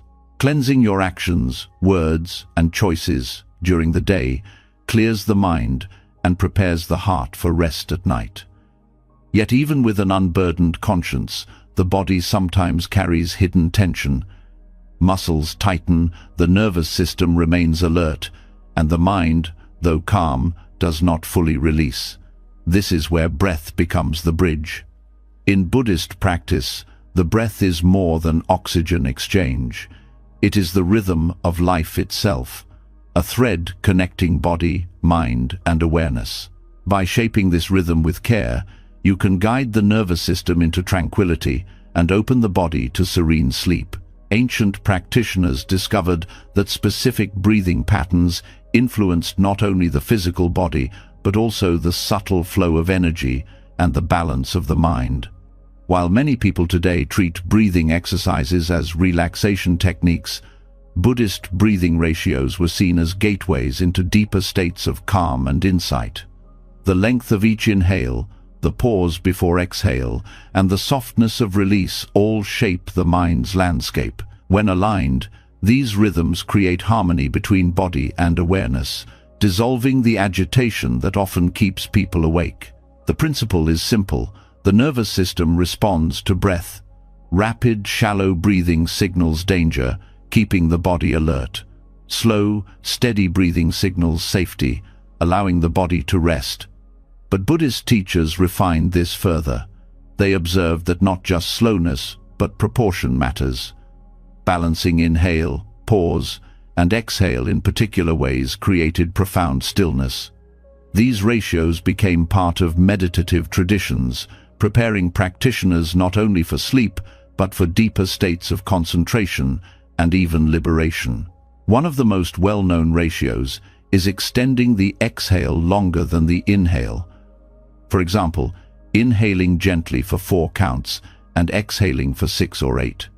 This pattern stimulates the parasympathetic nervous system, the branch responsible for rest and digestion. Each long exhale tells the body it is safe, that vigilance is no longer needed. When practiced before bed, this ratio soothes racing thoughts and relaxes the heart rate, allowing sleep to arrive naturally. Unlike forcing stillness, the breath trains the body from within, shifting it into ease. There are also practices that emphasize equal breathing, inhale and exhale of the same length. This symmetry creates balance, stabilizing the mind. In Buddhist teachings, balance is essential. Too much effort leads to strain, too little to dullness. Equal breathing reflects this middle path. When practiced with awareness, it harmonizes inner energies, making the transition from wakefulness to rest smoother. This pattern is especially helpful when the mind feels scattered, restoring equilibrium before surrendering to sleep. Another ratio involves pauses, gentle spaces between inhale and exhale. These pauses are not forced holding but moments of stillness, like resting at the top of a wave before it falls. In Buddhist meditation, these gaps are precious. They reflect the silence beneath constant activity. Bringing awareness to these pauses before bed trains the mind to rest in stillness rather than chasing thoughts. Even a brief pause can reset the nervous system, offering a taste of the spacious calm that leads naturally to sleep. These breathing practices also connect to the understanding of energy channels, or prana, in Buddhist and yogic traditions. The breath is seen as the carrier of subtle energy, shaping how mind and body function. Agitated breathing scatters energy, steady breathing collects and centers it. At night, this centering is crucial. Without it, dreams become restless, sleep becomes shallow, and the body wakes unrefreshed. With mindful breathing ratios, energy aligns, supporting not only sleep but also clarity upon waking. The practice is not mechanical counting but mindful attention. Numbers can guide you, but the essence is awareness of the breath's quality. Is it rough or smooth, shallow or deep, restless or steady? By noticing and gently shaping the rhythm, you train the mind to soften and the body to follow. Over time, the ratios become natural. The body remembers them, slipping into calm without effort. This is why monks emphasize daily breathing practice, not as an isolated exercise, but as a lifelong habit of aligning breath and awareness. The effects of these breathing ratios extend beyond the night. Practicing them regularly conditions the nervous system to remain calmer throughout the day. Anxiety lessens, emotional reactivity decreases, and resilience strengthens. Sleep then becomes part of a greater cycle. Calm days support restful nights. Restful nights support calm days. This continuity reflects the Buddhist insight that there is no separation between moments. Each breath carries the seed of the next. Breathing ratios also carry symbolic depth. Inhaling represents receiving life. Exhaling represents letting go. By lengthening the exhale, you practice release of control, of tension, of clinging. Each breath becomes a rehearsal of impermanence, teaching you that holding is temporary and release is natural. This lesson, practiced night after night, shapes not only sleep, but the way you meet life. You become more willing to let go of worries, conflicts, and desires, because your very breath has trained you in release. Some practitioners combine breathing with visualization. With each inhale, they sense peace entering. With each exhale, they release heaviness or agitation. This layering of awareness deepens the effect, transforming the act into meditation. At night, this can be especially potent. As the mind weaves images easily in the dark, pairing breath with wholesome imagery cleanses the subconscious, preparing the ground for gentle dreams. What makes these ancient breathing practices powerful is their accessibility. They require no tools, no environment, only awareness. Whether lying in bed, sitting quietly, or even standing in a dim room, you can begin. A few minutes of balanced breath shifts the entire climate of the mind. Unlike forceful efforts to sleep, which increase tension, these practices dissolve effort. They embody the principle of wu-wei rest, arising from alignment, not control. There is also humility in working with breath. You realize that life itself is carried by something so simple, so constant, yet so overlooked. Each breath is both fragile and sustaining, a reminder of impermanence and continuity. By honoring it before sleep, you turn the most ordinary act into sacred practice. This reverence transforms the night. Instead of collapsing into exhaustion, you enter sleep consciously, carried by rhythms that connect you to centuries of practice. Over time, the Buddhist breathing ratios become second nature. You no longer need to think about counts or techniques. The body finds its way into tranquility. Sleep becomes smoother, not as an escape, but as a continuation of mindful living. And when you awaken, the residue of practice remains, a mind steadier, a heart lighter, and a body attuned to balance. Through breath, you detoxify not only the body, but also the mind's agitation. Through rhythm, you align with the deeper currents of life. And through mindful practice, you discover that the key to serene sleep has always been carried in the rise and fall of each breath, waiting for your attention. In this way, the night becomes a temple, and the breath its prayer, leading you gently into the sanctuary of rest. The breath, steady and balanced, quiets the nervous system and lays the ground for rest. Yet even when the body is calm, the mind often keeps speaking. Thoughts rise like waves, circling again and again.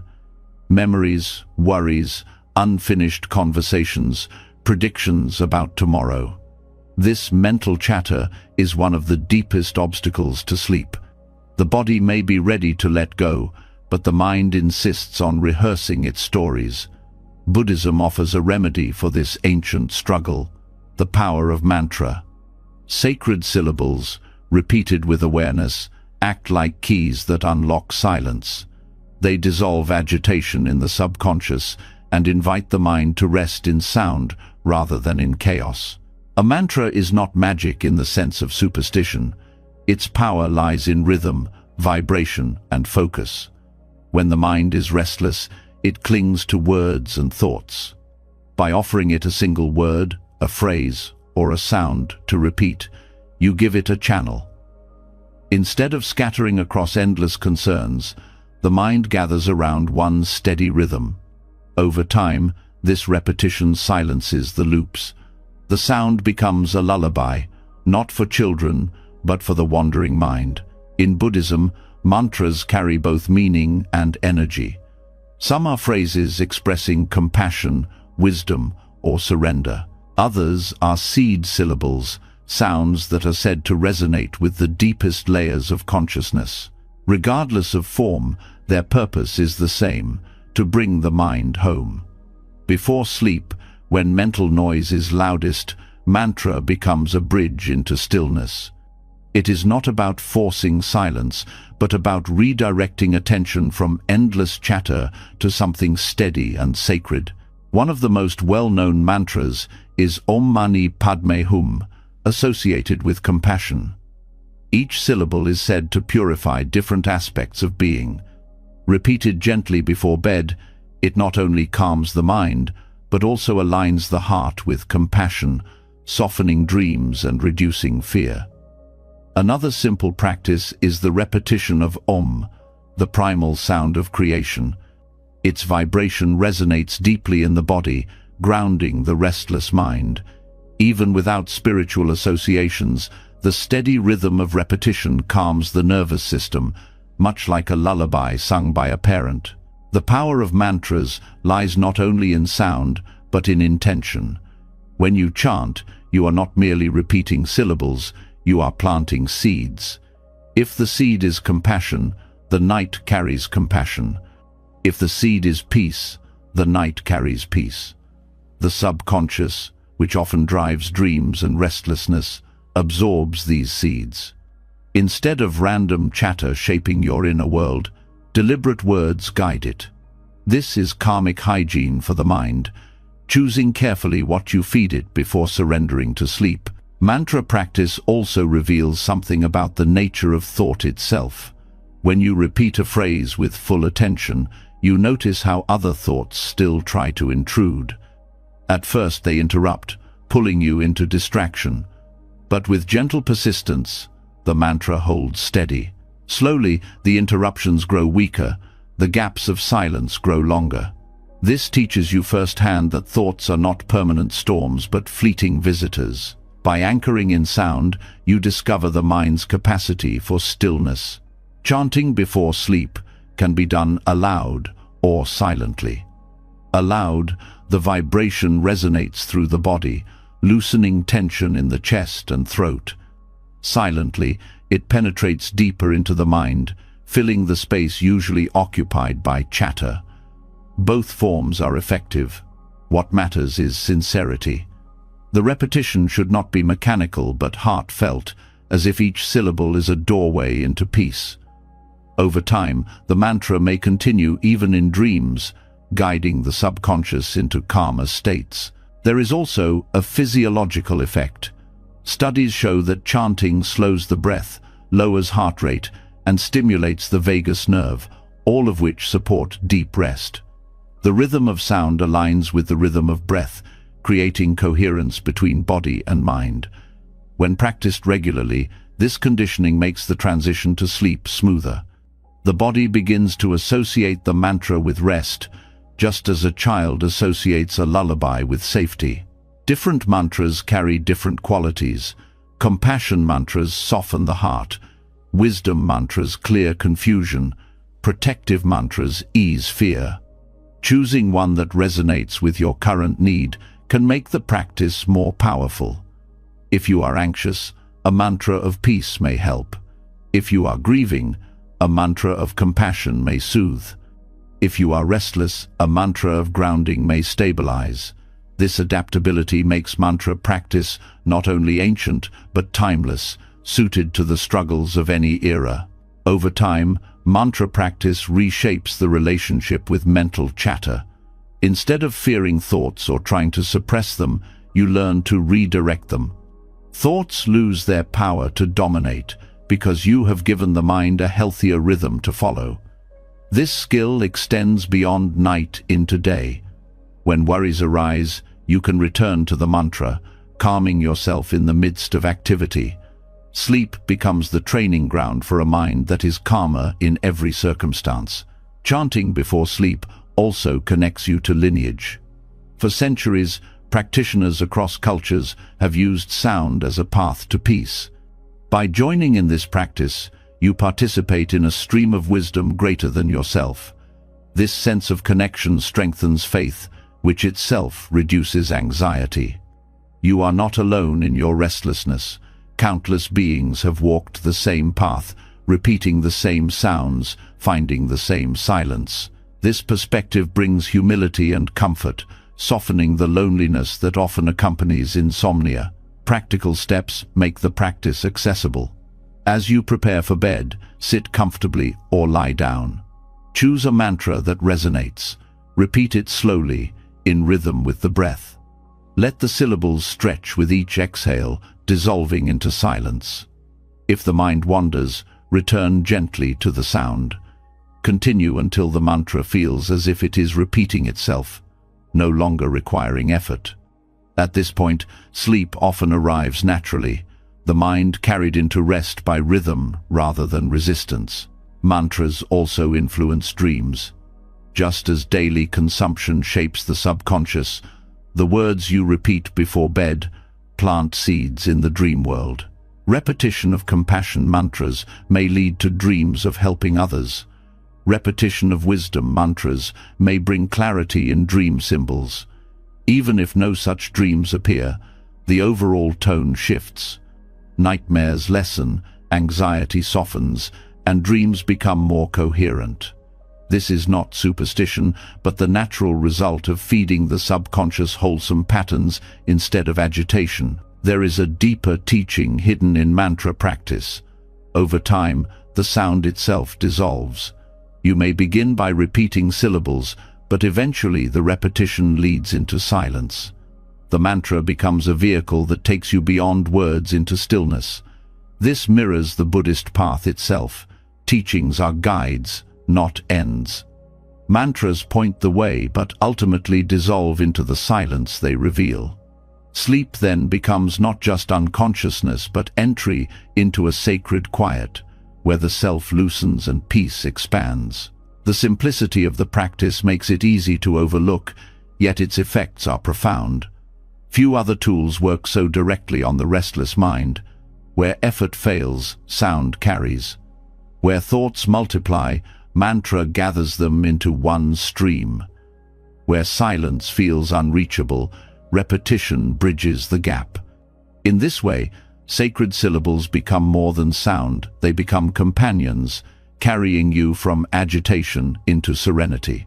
Mantras that dissolve mental chatter remind you of an essential truth.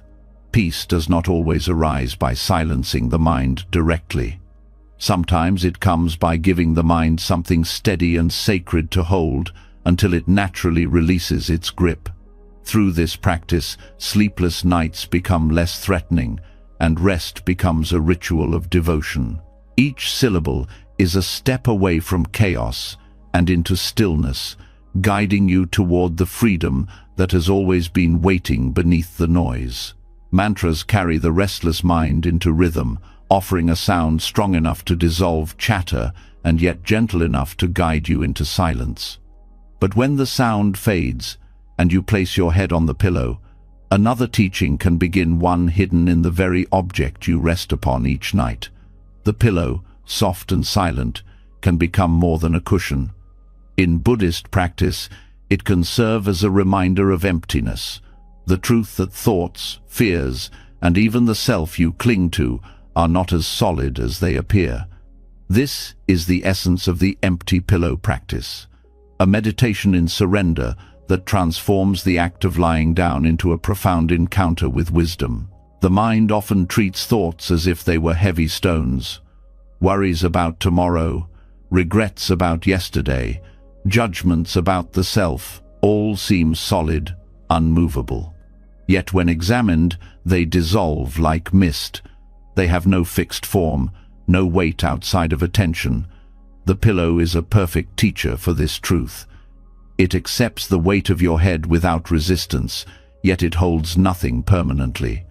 Press your face into it, and it shapes to you. Lift your head, and it returns to emptiness. This is the nature of all phenomena, responsive, impermanent, empty of fixed identity.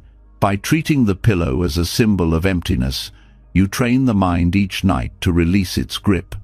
As your head rests, reflect.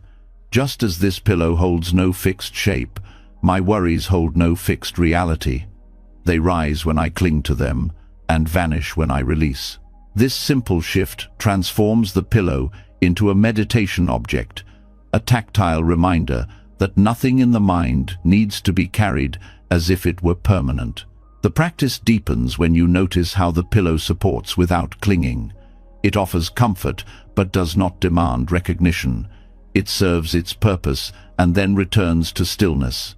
In this way, it mirrors the Buddhist ideal of compassionate action, acting without attachment, serving without grasping. By meditating on this, you align your mind with a way of being that rests naturally, free from the constant push and pull of craving and aversion. Emptiness in Buddhism is often misunderstood as nothingness. In truth, it is fullness, the recognition that all things are interconnected and without separate essence. The pillow, empty of a fixed identity, can take on any form, soft for one head, firm for another, warm in one moment, cool in another. Similarly, thoughts appear to have form, but are empty of permanence. By bringing this reflection into the moment of rest, you weaken the illusion of solidity that keeps you awake. This practice also addresses the weight of self-identity. Many nights are restless because the I refuses to dissolve. You replay conversations to defend yourself, relive mistakes to protect your image, or plan endlessly to preserve control. But when you see the pillow as empty, you are reminded that the self too is not fixed. It changes with roles, moods, and conditions. Just as the pillow returns to stillness when you lift your head, the self dissolves when you stop feeding it with thought. Sleep itself is proof of this. Every night, the self disappears, and yet life continues. The empty pillow practice trains you to embrace this dissolution consciously, without fear. The tactile quality of the pillow strengthens the practice. Touch grounds reflection in reality. You feel its softness, its give, its return to form. Each sensation becomes a direct teaching. Nothing resists change. Nothing is fixed. This grounding is especially helpful for minds caught in spirals of abstraction. Instead of battling thoughts in the head, you rest awareness in the body, in contact with the pillow, and allow the teaching of emptiness to arise through sensation. There is also a psychological release in this practice. When you see worries as empty, their grip loosens. Anxiety thrives on the illusion of permanence, the belief that problems will last forever, that identities are unchanging. By meditating on emptiness, you undercut this illusion. You remind yourself that just as the pillow holds no shape, no thought can hold you forever.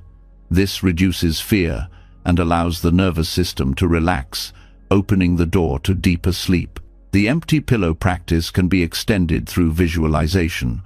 As you lay your head down, imagine your worries dissolving into the pillow, vanishing into its formlessness. Each exhale carries tension into its depths, where it disappears without trace. Over time, this visualization conditions the mind to release automatically at bedtime. The pillow becomes not only a symbol, but a ritual container, absorbing the weight of the day and returning you to emptiness. This teaching also prepares the mind for death, often called the great sleep in Buddhist thought. Just as each night you rest your head and release the self into emptiness, so too one day you will release the body itself. By practicing with the pillow as a symbol, you rehearse this, letting go in small doses. Death then becomes less frightening, not an abrupt void, but a familiar release into the spaciousness you practice each night. What makes this practice unique is its accessibility. You do not need chants or elaborate rituals. Every night you already use a pillow. The practice is to shift how you relate to it. By transforming something ordinary into a symbol of truth, you weave wisdom into daily life. This is the essence of Buddhist training. To find the sacred in the mundane, to turn every action into practice. The empty pillow practice also cultivates gratitude. Each night, as you reflect on its support, you may feel a sense of appreciation, not only for the pillow but for all conditions that make rest possible: the bed, the roof above you, the countless beings whose labor contributed to your comfort. Gratitude itself is a form of release, loosening the grip of dissatisfaction. When the heart rests in gratitude, the mind follows into ease. Dreams, too, can be influenced by this practice. When you fall asleep with a mind attuned to emptiness, dreams become less entangled. Instead of nightmares of clinging or loss, the subconscious reflects spaciousness. Even if troubling dreams arise, you are more likely to meet them with equanimity, remembering the truth of emptiness within them. In this way, the pillow not only supports physical rest, but also shapes the inner world of dreams. Over time, the empty pillow practice reshapes your relationship with thought itself. You stop treating thoughts as unshakable truths and start seeing them as temporary shapes, like impressions left on a pillow that always return to emptiness. This insight ripples into waking life. Worries lose their sting, arguments lose their weight, and identity loosens. You become lighter, less burdened, more at peace. In the end, the practice is about trust, trusting emptiness, trusting impermanence, trusting the natural flow of release. Each night, as your head sinks into the pillow, you rehearse this trust. You remind yourself that nothing you carry is permanent, that everything dissolves, that emptiness is not to be feared but embraced. In this trust, sleep becomes more than unconsciousness. It becomes an entry into wisdom, guided by the softest of teachers, the empty pillow beneath your head. Resting your head on the pillow as a symbol of emptiness teaches you that nothing you carry is as solid as it seems. The weight of identity, the heaviness of thought, even the shape of worry dissolves when released into spaciousness. Yet emptiness is not cold or void. It opens the heart to fullness. Once the mind loosens its grip, it becomes ready to receive. What it receives in those last moments before sleep determines the flavor of the night and the freshness of the morning. This is where gratitude enters. Gratitude is not just polite acknowledgement. It is the deliberate turning of the heart toward appreciation, a reset of karma that cleanses the residue of the day and prepares the mind for deep rest. Buddhism places immense value on gratitude, not as a social courtesy, but as a practice that reshapes perception. Gratitude interrupts the mind's natural tendency to fixate on lack, on what went wrong, on what remains unfinished.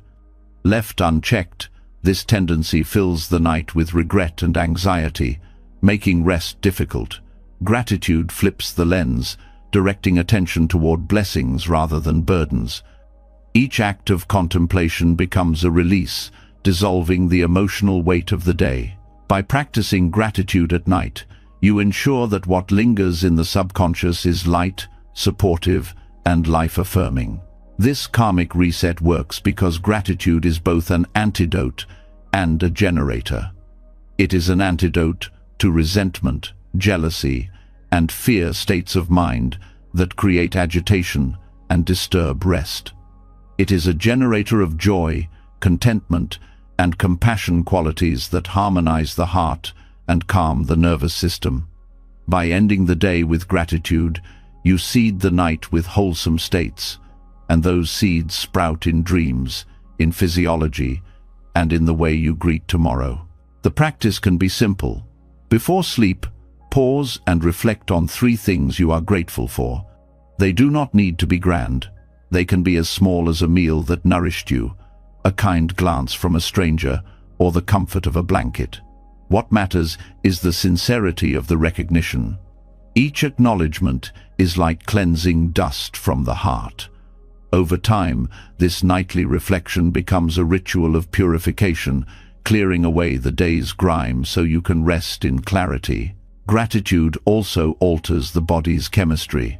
Neuroscience shows that genuine feelings of appreciation release dopamine and serotonin, neurotransmitters linked to calmness and happiness.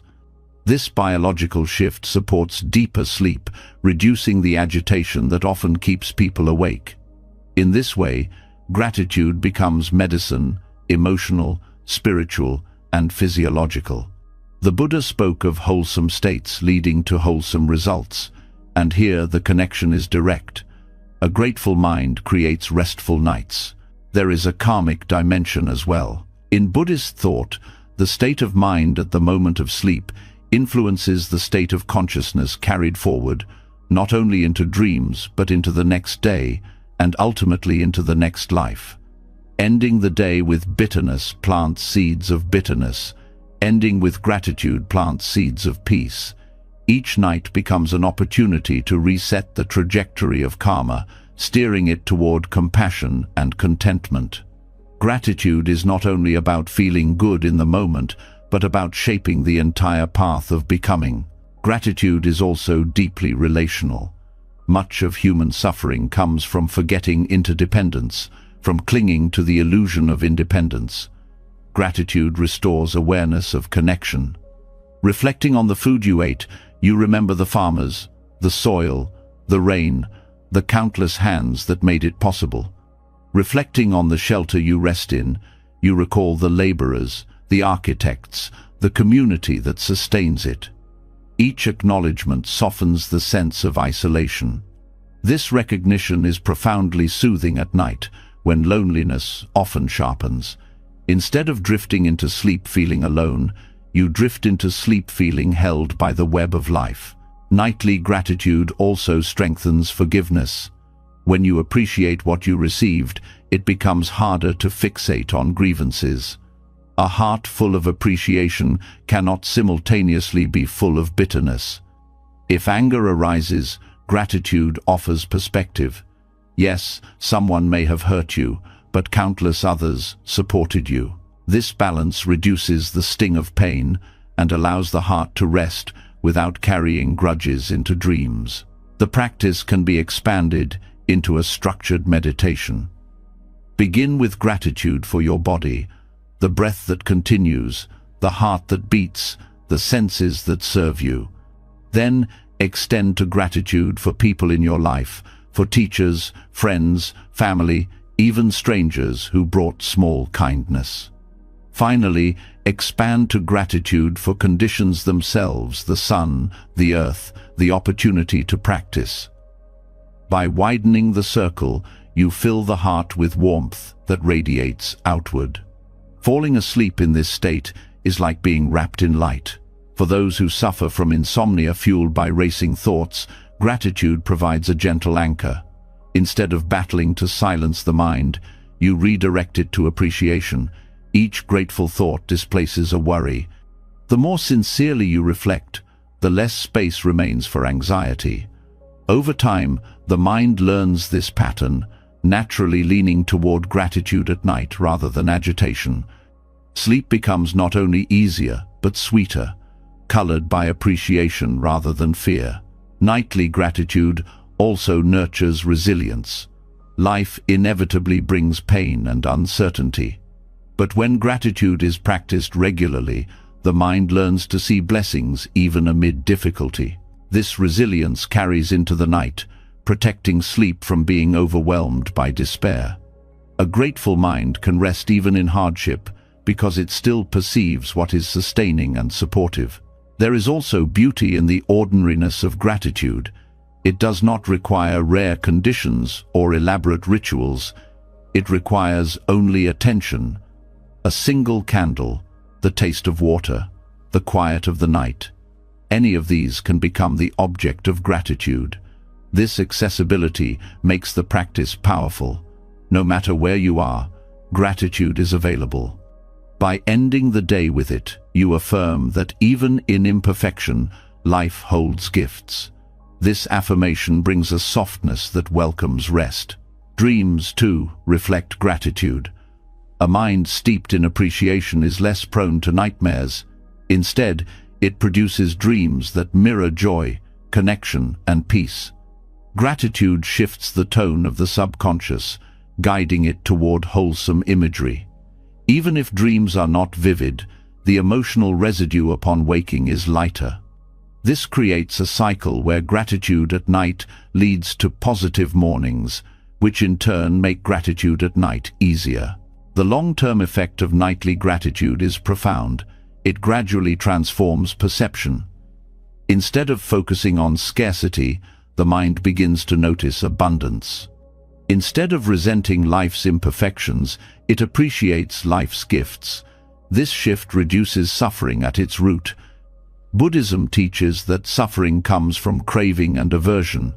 Gratitude counters both by fostering contentment. In this way, the nightly practice is not only preparation for rest, but training for liberation. Ultimately, nightly gratitude is an act of compassion for yourself and for others. For yourself, because it frees you from the torment of dissatisfaction. For others, because a grateful heart naturally expresses kindness. When you wake from restful sleep nourished by gratitude, you meet the world with more patience, more generosity. The practice ripples outward, touching not only your nights but the lives of those around you. To rest with gratitude is to close the day in harmony. The mind, instead of carrying the burden of lack, carries the lightness of appreciation. The body, soothed by this emotional state, surrenders easily to rest. Sleep becomes not escape but blessing, not unconsciousness but renewal. In this way, gratitude becomes the bridge between emptiness and fullness, between the letting go of the day and the embrace of the night.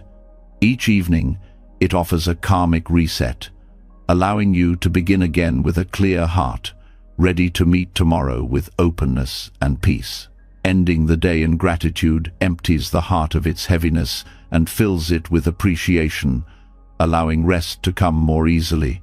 Yet even when the mind has been softened and the heart has been opened, there are nights when sleep still refuses to arrive. You turn, you wait, you breathe, but the body remains awake. Most people treat these hours as punishment, something to endure until exhaustion finally wins. But Buddhism teaches that even sleeplessness carries wisdom. Insomnia can become a teacher, a hidden dojo where you practice patience, compassion, and tolerance toward yourself when nothing seems to go your way. The suffering of insomnia lies not only in wakefulness but in resistance. The mind says, "Why am I still awake? What is wrong with me? Tomorrow will be ruined." These thoughts pile suffering upon suffering, turning minutes into hours of frustration. But when approached as a teacher, insomnia becomes a training ground. It strips away control and asks you to face yourself without escape. In this way, the sleepless night is not wasted time, but practice in the hardest discipline, patience. Patience in Buddhism is more than waiting. It is the willingness to remain present with discomfort without adding anger or despair. A sleepless night becomes the perfect arena for this training. The bed becomes a cushion, the darkness a meditation hall, the restlessness a koan. Each moment of wakefulness challenges the mind to either fight or surrender. If you choose surrender, you are cultivating patience in its purest form. This patience is not passive resignation, it is active compassion. You learn to hold yourself kindly when the body will not obey, when the mind will not settle. Most people turn sleeplessness into self-blame, saying, "I should be able to sleep." The practice is to replace this with kindness. It is okay to be awake. I will sit with myself gently. This shift transforms torment into training, turning what felt like failure into a teacher of compassion. The lessons of insomnia extend beyond the night. By training in patience during wakeful hours, you become more patient in daily life. The same tolerance you offer yourself at midnight becomes tolerance for others at noon. The irritations of traffic, of conflict, of waiting in line, all become easier when you have faced the long hours of the night without collapsing into despair. In this way, insomnia, though unwelcome, becomes a profound teacher of equanimity. There is also a deep karmic lesson in seeing insomnia as practice. Life itself often refuses to give you what you want when you want it. You demand results, and delays appear. You crave certainty, and uncertainty lingers. Insomnia mirrors this truth. It forces you to sit with not getting what you want. To learn patience here is to prepare yourself for the larger struggles of life. By training in the small dojo of the night, you strengthen yourself for the dojo of existence itself. Another gift of sleeplessness is the opportunity to expand mindfulness. Most people meditate only when conditions are comfortable, quiet spaces, soft cushions, gentle light. But true practice means facing the mind in all conditions. When you cannot sleep, mindfulness becomes sharper. You notice thoughts looping, sensations rising, emotions shifting. You have no choice but to see them clearly. This raw observation deepens awareness in ways comfort never could. Sleepless nights also teach humility. They remind you that control is an illusion. No matter how advanced your techniques, no matter how disciplined your schedule, sleep sometimes will not come. This humbling truth softens pride and invites surrender. You remember that the body and mind follow their own rhythms, and your role is to meet them with care rather than domination. Humility itself is a form of wisdom, opening the door to deeper compassion. For those who suffer often from insomnia, the practice of reframing is crucial. Instead of saying, "This night is wasted," you can say, "This night is practice."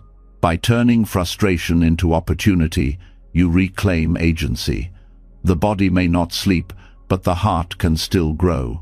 You can still cultivate compassion, patience, awareness. In this way, no night is wasted. Each hour becomes meaningful, even in wakefulness. Some teachers advised using these hours for gentle meditation rather than forcing rest. Sitting quietly, breathing softly, or repeating a mantra can transform sleeplessness into nourishment. Even if sleep does not arrive, the body receives calm, the mind receives steadiness. This is another form of patience, replacing the demand for sleep with the acceptance of stillness. The lesson is not to cling to one outcome, but to welcome what is available. Insomnia also reveals how fragile the human condition island. It exposes how dependent you are on circumstances, how quickly suffering arises when comfort is lost. This awareness can deepen compassion for others. Think of those who live in pain. who cannot rest due to illness or hardship. By experiencing your own sleeplessness, you understand them better. You connect with their suffering, and this connection becomes compassion. The night becomes a teacher not only of patience but of solidarity with all beings who struggle. Over time, these lessons reshape your relationship with insomnia itself. What was once an enemy becomes neutral, even a companion. You stop fearing the night because you know it carries practice. The body may be tired, but the heart is strengthened. Instead of dreading sleeplessness, you welcome it as another opportunity for growth. This shift alone reduces suffering, because much of the torment of insomnia comes from the belief that it should not happen. By accepting it as teacher, you dissolve that belief. The dojo of insomnia also trains you in non-attachment. Each hour awake teaches you that clinging to the desire for sleep only fuels suffering. Letting go becomes the only option. This lesson echoes the heart of Buddhist practice.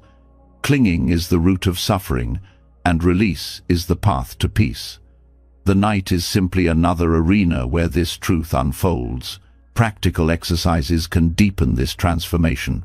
When you notice restlessness, you can practice loving-kindness phrases for yourself. May I be at ease, even if I am awake. May I be gentle with myself tonight. When thoughts spiral, you can observe them as clouds passing rather than storms threatening. When frustration arises, you can breathe into it and release judgment.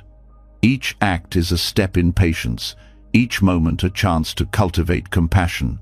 Ultimately, insomnia as a teacher strips away illusions of control and comfort, leaving you with yourself.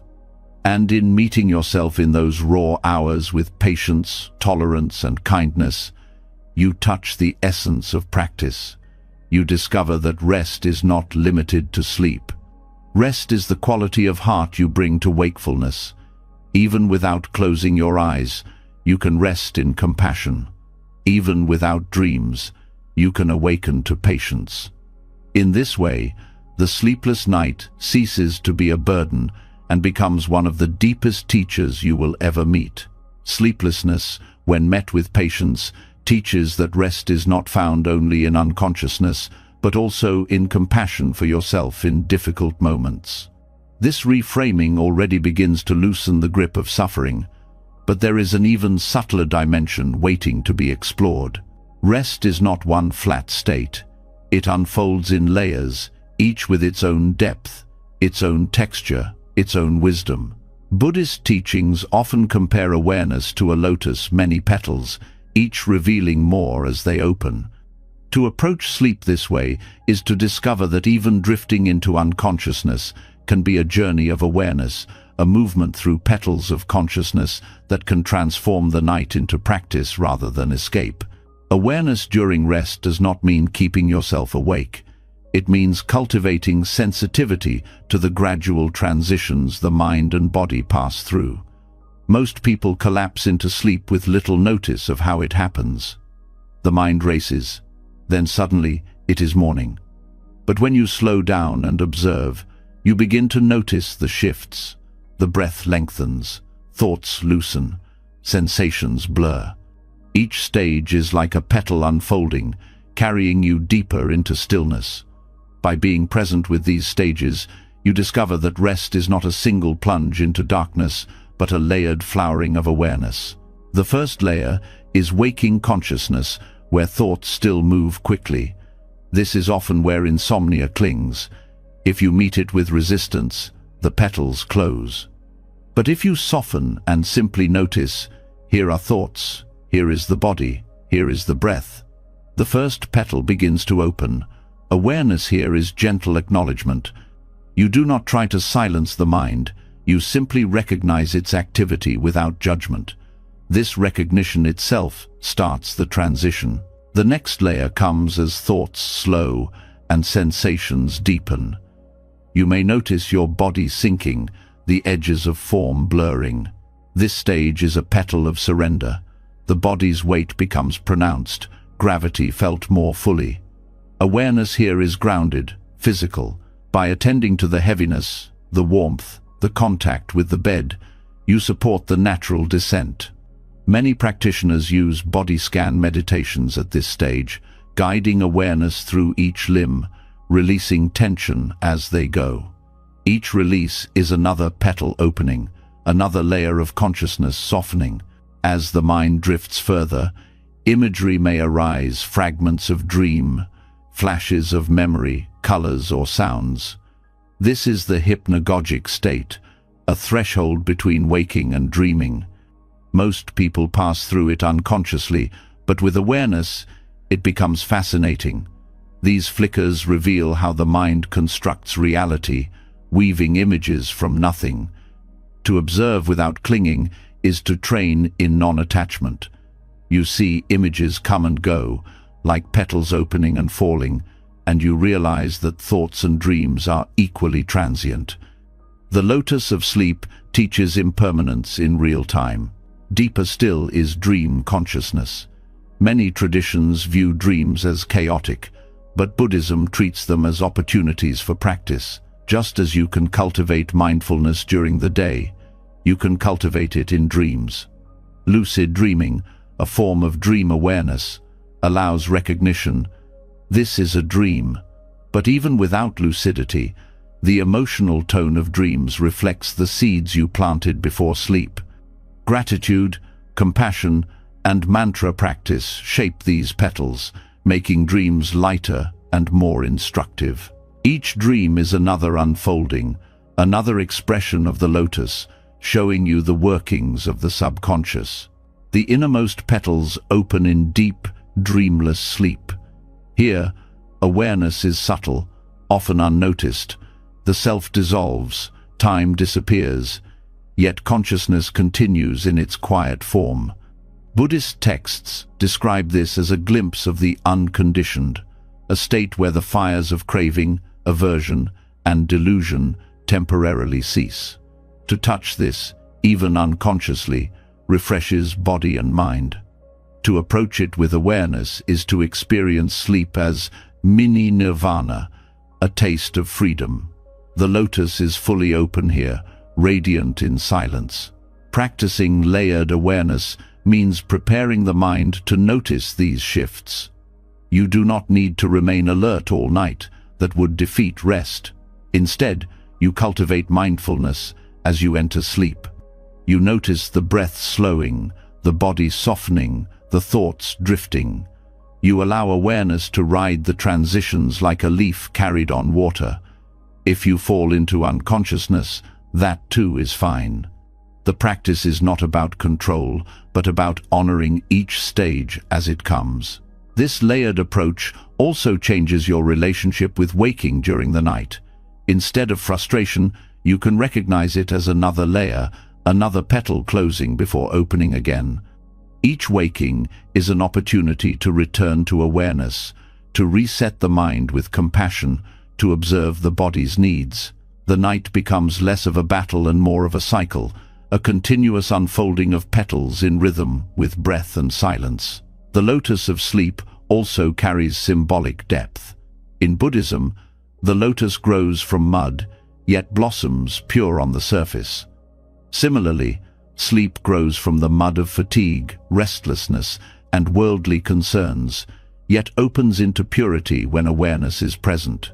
To practice layered awareness is to see that rest is not dirty or trivial, but sacred, a flowering of consciousness that cleanses the mind. This view transforms how you treat the night, not as wasted hours, but as practice in its own right. Layered awareness also protects against fear of sleep. Many people fear nightmares, fear restlessness, fear losing control. But when you see sleep as petals of awareness, fear softens. You realize each layer is natural, each stage a teaching. You learn to trust the process, just as the lotus trusts the sun to open it. This trust itself is calming, reducing the anxiety that often blocks rest. Over time, practicing awareness through these layers deepens both sleep and waking life. You begin to notice transitions everywhere. The shift from anger to calm, from distraction to focus, from tension to release. You see that all states are layered, all experiences unfolding petal by petal. This recognition makes you more patient, more compassionate, more attuned to the rhythms of change. The lotus of sleep becomes a mirror for the lotus of life. To rest with layered awareness is to honor the journey, not just the destination. Sleep is not only the final collapse into unconsciousness, but the unfolding of petals along the way. Each stage carries wisdom if you are willing to see it. By cultivating this sensitivity, you transform rest into practice and practice into rest. The lotus opens, the mind softens, and in the quiet depth of night, wisdom blooms. Awareness of sleep as a lotus teaches that rest is not a single drop into silence, but a gradual opening of layers, each carrying wisdom. Yet as the petals unfold inward, there is also a need for them to unfold outward. The mind that learns to soften within itself can extend that softness beyond the limits of personal rest. Compassion, cultivated inwardly, finds its natural expression outwardly. Before closing your eyes, the heart can be directed toward those who cannot sleep, not because they struggle like you do, but because their circumstances deny them the peace you are seeking. This practice of sending loving kindness to the sleepless world transforms private rest into universal care, creating a peace that transcends the boundaries of your own bed. The night is not silent for everyone. In hospitals, patients fight pain or face fear under fluorescent lights, while nurses move tirelessly from room to room. In war zones, families listen for explosions, fearing each sound in the dark. On night shifts, workers clean streets, transport goods, or monitor machines, their bodies weary while the world sleeps. To acknowledge them before your own rest is to recognize the vastness of suffering and service that fills the night. Instead of shrinking into isolation, you open your heart to connection. Sending compassion does not require words or rituals. It begins with intention. As you lie down, you bring to mind those who are awake in difficulty. You let the heart speak. May they be safe. May they be free from suffering. May they know peace. This simple gesture plants seeds not only in your own mind, but in the subtle fabric of consciousness that binds all beings. Even if no one hears it, the act changes you. It replaces self-absorption with generosity, anxiety with care, restlessness with calm. This practice also shifts the weight of insomnia when it arises. Instead of asking, "Why can't I sleep?" you turn the energy outward. Who else is awake? And how can I send them kindness? The night becomes less of a private prison and more of a shared field of compassion. By transforming self-centered worry into outward care, you dissolve the sharp edge of suffering. You discover that even wakefulness can be meaningful when used to extend kindness. Buddhist texts often describe loving kindness meditation as immeasurable because it knows no boundaries. Extending it before sleep reflects this boundlessness. You do not limit your wishes to loved ones alone, but include strangers, even those you may never meet. This expansion of care not only benefits others in unseen ways, but purifies your own heart. By softening the walls of self, you prepare the mind for deeper rest. Anxiety narrows, compassion widens. The space created by compassion is the space in which peace arises. There is a karmic element to this practice as well. Thoughts before sleep sink deeply into the subconscious, influencing dreams and shaping the emotional tone of the night. By ending the day with compassion, you seed the subconscious with care rather than fear. Dreams may reflect this, carrying gentler imagery. Even if dreams do not arise, the residue upon waking is lighter. You begin the next day already aligned with compassion, making kindness easier in action. Extending compassion to the sleepless world also nurtures humility. When you remember patients in pain, soldiers on watch, or workers laboring through the night, your own struggles feel less overwhelming. This is not to dismiss your suffering, but to place it in context. Humility eases self-pity, making space for gratitude. Gratitude, in turn, calms the heart and allows rest to come naturally. The practice can be specific or broad. You might bring to mind a friend undergoing treatment, sending them strength. Or you might picture an entire group, refugees seeking safety, caregivers working tirelessly, and bathe them in silent wishes for peace. Whether focused or expansive, the effect is the same. The heart opens, and rest becomes easier. Compassion does not drain energy, it replenishes it. By shifting attention away from worry toward care, you free yourself from the cycle of agitation. There is also beauty in recognizing that compassion is not bound by time or space. You may be lying quietly in your room, yet your heart can touch distant lives. The act itself expands consciousness, dissolving the illusion of separation. In this expansion, you feel less alone. You sleep not as an isolated self, but as part of a vast web of beings, all seeking peace in their own ways.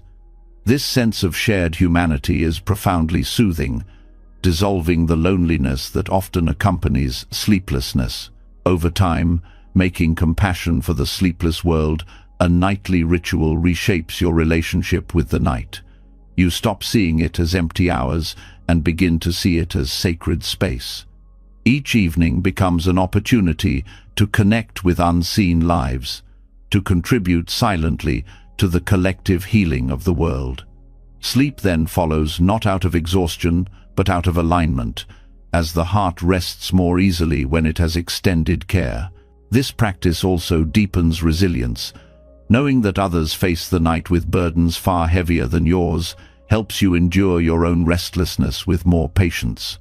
You learn to carry discomfort without despair, because you know your compassion connects you to a greater whole. Instead of feeling trapped by sleeplessness, you feel entrusted with a role to practice kindness even in the dark.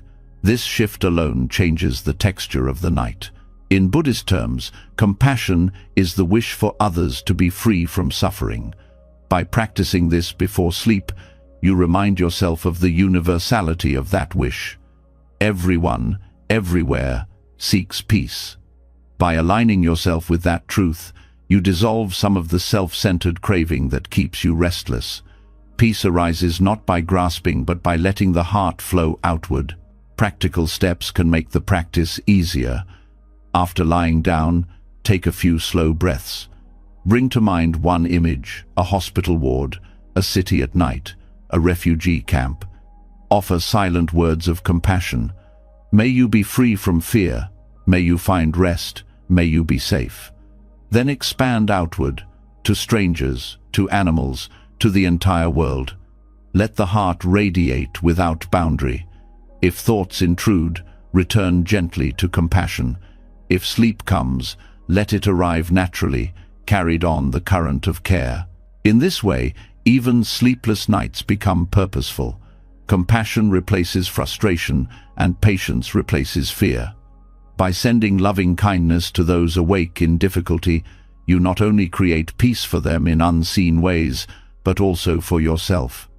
You discover that the most profound rest comes not from isolation, but from connection, not from self-concern, but from care for others. And in that discovery, the night ceases to be an enemy and becomes a field of compassion, preparing the heart for both sleep and awakening. Sending compassion outward to those who cannot rest softens the heart and frees the night from loneliness. But compassion does not only extend through wishes, it also takes form in how you prepare your own environment for peace. After caring for the sleepless world, the next step is to care for the atmosphere you inhabit. One of the deepest forms of this care is silence. In Buddhism, silence is not emptiness of sound alone. It is a discipline, a mirror that reveals the mind as its island. Honoring noble silence in the hours before bed mirrors the monastic way, creating conditions where clarity can replace agitation and rest can flow naturally. Noble silence is different from ordinary quiet. Ordinary quiet might be the absence of noise, yet the mind remains loud with distraction. Noble silence is intentional. It means restraining speech, choosing not to flood the senses with stimulation, and allowing the heart to settle into stillness. Monastics observe noble silence during certain hours, not simply to avoid disturbance, but to prepare the mind for meditation and insight. At home, bringing this same practice into the evening can transform rest into a sacred ritual rather than a collapse into exhaustion. The noise of modern life is constant screens flashing, messages arriving, music filling every space. Without realizing it, the nervous system becomes overstimulated. By bedtime, the body may be tired, but the mind continues spinning, replaying conversations, consuming information long after the lights are out. Silence becomes essential medicine. It resets the senses, clears mental clutter, and signals to the entire system that the day is complete. Without it, rest becomes shallow. With it, the mind surrenders naturally. Practicing noble silence begins with speech. Words carry weight, and the final words of the day often linger in the mind. Harsh or careless speech before bed plants agitation that follows into dreams. Choosing silence instead plants stillness. This does not mean ignoring others or creating coldness, but simply limiting unnecessary talk. A gentle good night, followed by quiet, sets the stage for rest. Even brief silence allows the mind to release the momentum of conversation and enter a slower rhythm. Beyond speech, noble silence also applies to what you consume. The hours before bed are not the time for dramatic news, intense arguments, or endless scrolling.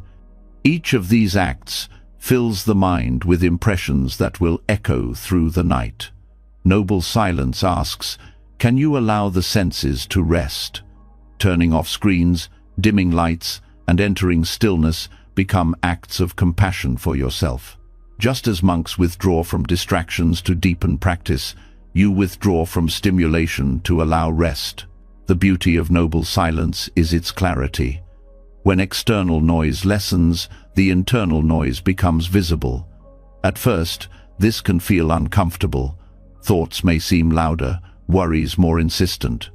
But this is the very purpose of silence, to reveal what has been hidden under constant distraction. Instead of drowning restlessness with noise, you meet it directly. Over time, this meeting cultivates courage and gentleness. The mind learns that it does not need to fear its own contents. Silence becomes not emptiness, but intimacy with the self. This intimacy is what allows true rest. Without silence, sleep can feel like escape, a way to shut down the constant flood. With silence, sleep becomes continuation, a deepening of the stillness already cultivated. The transition is smoother, the rest more profound. You are not collapsing into unconsciousness, but entering it with awareness and calm. This mirrors monastic life, where silence before meditation is not avoidance but preparation. There is also a communal aspect to noble silence. In monasteries, silence in the evening is shared, creating a field of calm that supports everyone. At home, you can create similar fields. Families who agree to quiet evenings notice that tension lessens, conflicts reduce, and the atmosphere softens. Even alone, your silence influences the space. Rooms carry energy, and silence creates spaciousness where agitation cannot thrive. The peace you create becomes part of the environment you rest in. Noble silence is also a form of respect for impermanence. Words, once spoken, cannot be taken back. Stimuli, once consumed, cannot be erased. By choosing silence, you respect the day as complete. You acknowledge that nothing more needs to be added. This acceptance of closure mirrors the practice of letting go at the end of life. Each night becomes a rehearsal of release, an acceptance that what has been done is enough. There is a physiological effect as well. Noise, whether external or self-generated through chatter, keeps the nervous system alert. Silence lowers stimulation, activating the parasympathetic system, which supports digestion, repair, and rest. Scientific studies show that silence increases brain cell growth and reduces stress hormones. When paired with mindfulness, noble silence is not deprivation but nourishment, feeding the brain and heart with the conditions needed for renewal. Some may feel that silence is empty or lonely, but when approached with awareness, it becomes full and alive. In silence, the sound of breath becomes audible, the beating of the heart becomes present, the subtle sounds of the environment, wind, distant movement become vivid. These gentle sounds root you in the present, dissolving the artificial noise that usually drowns them. You realize that silence is never absolute absence, but a field of subtle presence, more restful than any distraction. To cultivate noble silence, you can create small rituals. Light a candle instead of watching a screen. Read a short passage of wisdom instead of browsing endless words. Sit quietly for a few minutes, listening to your breath. Avoid unnecessary speech, letting the night close gently. Over time, these small acts become natural. Silence ceases to feel forced. It feels like coming home. Dreams are also influenced by silence. When the senses are not overloaded before bed, the subconscious produces clearer, calmer imagery. Nightmares lessen, clarity increases, and sometimes insights arise. In Buddhist practice, silence was seen as fertile ground for wisdom. By honoring it before sleep, you align your nights with this same possibility. Dreams can become more coherent, carrying messages that reflect the calm planted in the mind. Ultimately, noble silence prepares not only for rest, but for awakening. By withdrawing from noise, you create the conditions to see clearly. By honoring stillness, you practice the same discipline that monastics have used for centuries to cultivate insight. In this way, your bedroom becomes a monastery, your night a retreat. The silence before sleep is no longer absence but presence, no longer emptiness but fullness. To rest in noble silence is to honor yourself with clarity. The mind softens, the body follows, and the heart finds peace. Sleep comes as a natural continuation of stillness rather than as an escape. And when you wake, the residue of silence remains, carrying its calm into the day. Through this practice, nights become sacred, mornings lighter, and the whole rhythm of life steadier. In silence, you find the clarity that no amount of noise could ever bring. Noble silence before sleep clears the ground, allowing the heart and mind to settle into stillness. Yet the stillness of night is not only about rest, it can also be a rehearsal for something greater. Every time you surrender to sleep, you are enacting a miniature death, the loosening of the self, the fading of identity, the release of control. In Buddhist teaching, death is not the end but a passage, a transition known as the bardo, where consciousness journeys between states. Sleep, with its nightly dissolution of the self, becomes practice for this passage. To treat each night as rehearsal is to prepare not with fear, but with wisdom, transforming rest into spiritual training. The bardo, as described in Tibetan Buddhism, is the intermediate state between death and rebirth. It is said to be a time of great potential, where liberation is possible if awareness is present. But it is also a time of confusion if the mind is untrained, filled with clinging and fear. Practicing awareness in sleep becomes preparation for meeting death with clarity. Each night, as you let go of the day and sink into unconsciousness, you mirror the process of letting go of life itself. By practicing consciously, you train to release without fear. The connection between sleep and death has long been recognized. Both involve the dissolution of ordinary consciousness. In sleep, the waking self vanishes, replaced by dream or by deep stillness. In death, the same dissolution occurs, but permanently. To notice this link changes the way you approach sleep. Instead of collapsing unconsciously, you enter with intention. Tonight I practice letting go. Tonight I rehearse death. This attitude softens the fear of both sleep and death, transforming them into gateways rather than threats. This practice begins with awareness at the threshold of sleep. As you feel the body sinking, the breath slowing, the self loosening, you remind yourself, this is a rehearsal. You notice the resistance, the desire to hold on to thought, identity, control, and gently release it. Each release is training, each surrender a strengthening of the ability to let go. Over time, the mind learns to trust the process, to meet dissolution not with panic, but with acceptance. Dreams also become part of this training. In the Bardo, it is said that the mind projects visions shaped by karma. In dreams, the same occurs. Images arise, vivid and convincing, yet insubstantial. To practice awareness in dreams, whether lucid or simply mindful upon waking, is to train for the visions of the Bardo. You learn not to cling, not to fear, not to mistake appearance for solid reality. This recognition prepares you for death in the same way it prepares you for life. By loosening attachment to illusions, deep sleep, where even dreams vanish, offers the purest rehearsal.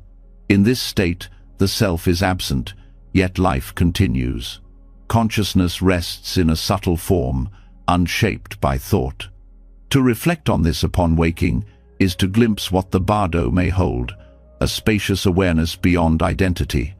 Each night you taste it, though often unconsciously. By bringing mindfulness to the process, you train to recognize it more clearly at the final transition. This perspective reshapes your relationship with both night and mortality. Sleep is no longer trivial, it becomes sacred practice. Death is no longer distant, it becomes familiar. Fear softens because you meet the small death nightly and wake renewed. Trust grows because you experience the cycle again and again: dissolution, rest, return. By aligning with this rhythm, you prepare for the great dissolution with calm. Practical methods can deepen this training. Before sleep, reflect briefly on impermanence. This day is finished. These thoughts are finished. I let them go. As you rest, focus on releasing clinging, one layer at a time: the body, the breath, the mind. If you wake in the night, treat it as another rehearsal. Notice the return to awareness, then release again. Each cycle becomes a microcosm of death and rebirth. This repetition conditions the mind for the ultimate letting go. This practice also nurtures compassion. When you see sleep as death's rehearsal, you remember that everyone undergoes this cycle nightly. You are not alone in your training. All beings, knowingly or not, practice dying each night. Extending compassion to them deepens the sense of shared humanity. And when others face death, you can meet them with greater understanding, having rehearsed the process yourself countless times. There is also humility in this practice. Sleep reminds you that no matter how strong your will, you cannot control the dissolution of consciousness. Death will be the same. To accept this humbly now prepares you to accept it later. Humility itself brings peace, reducing the ego's desperate clinging. The more you train in release, the lighter the ego's hold becomes. Even the fear of nightmares can be reframed through this lens. Nightmares mirror the Bardo's frightening visions. Instead of fleeing them, you can practice meeting them with courage. Upon waking, reflect, that was appearance, not solid. I can face visions without fear. This strengthens the mind for both dreams and death, teaching you that appearances cannot harm awareness itself. The empty pillow, noble silence, gratitude, all previous practices support this training.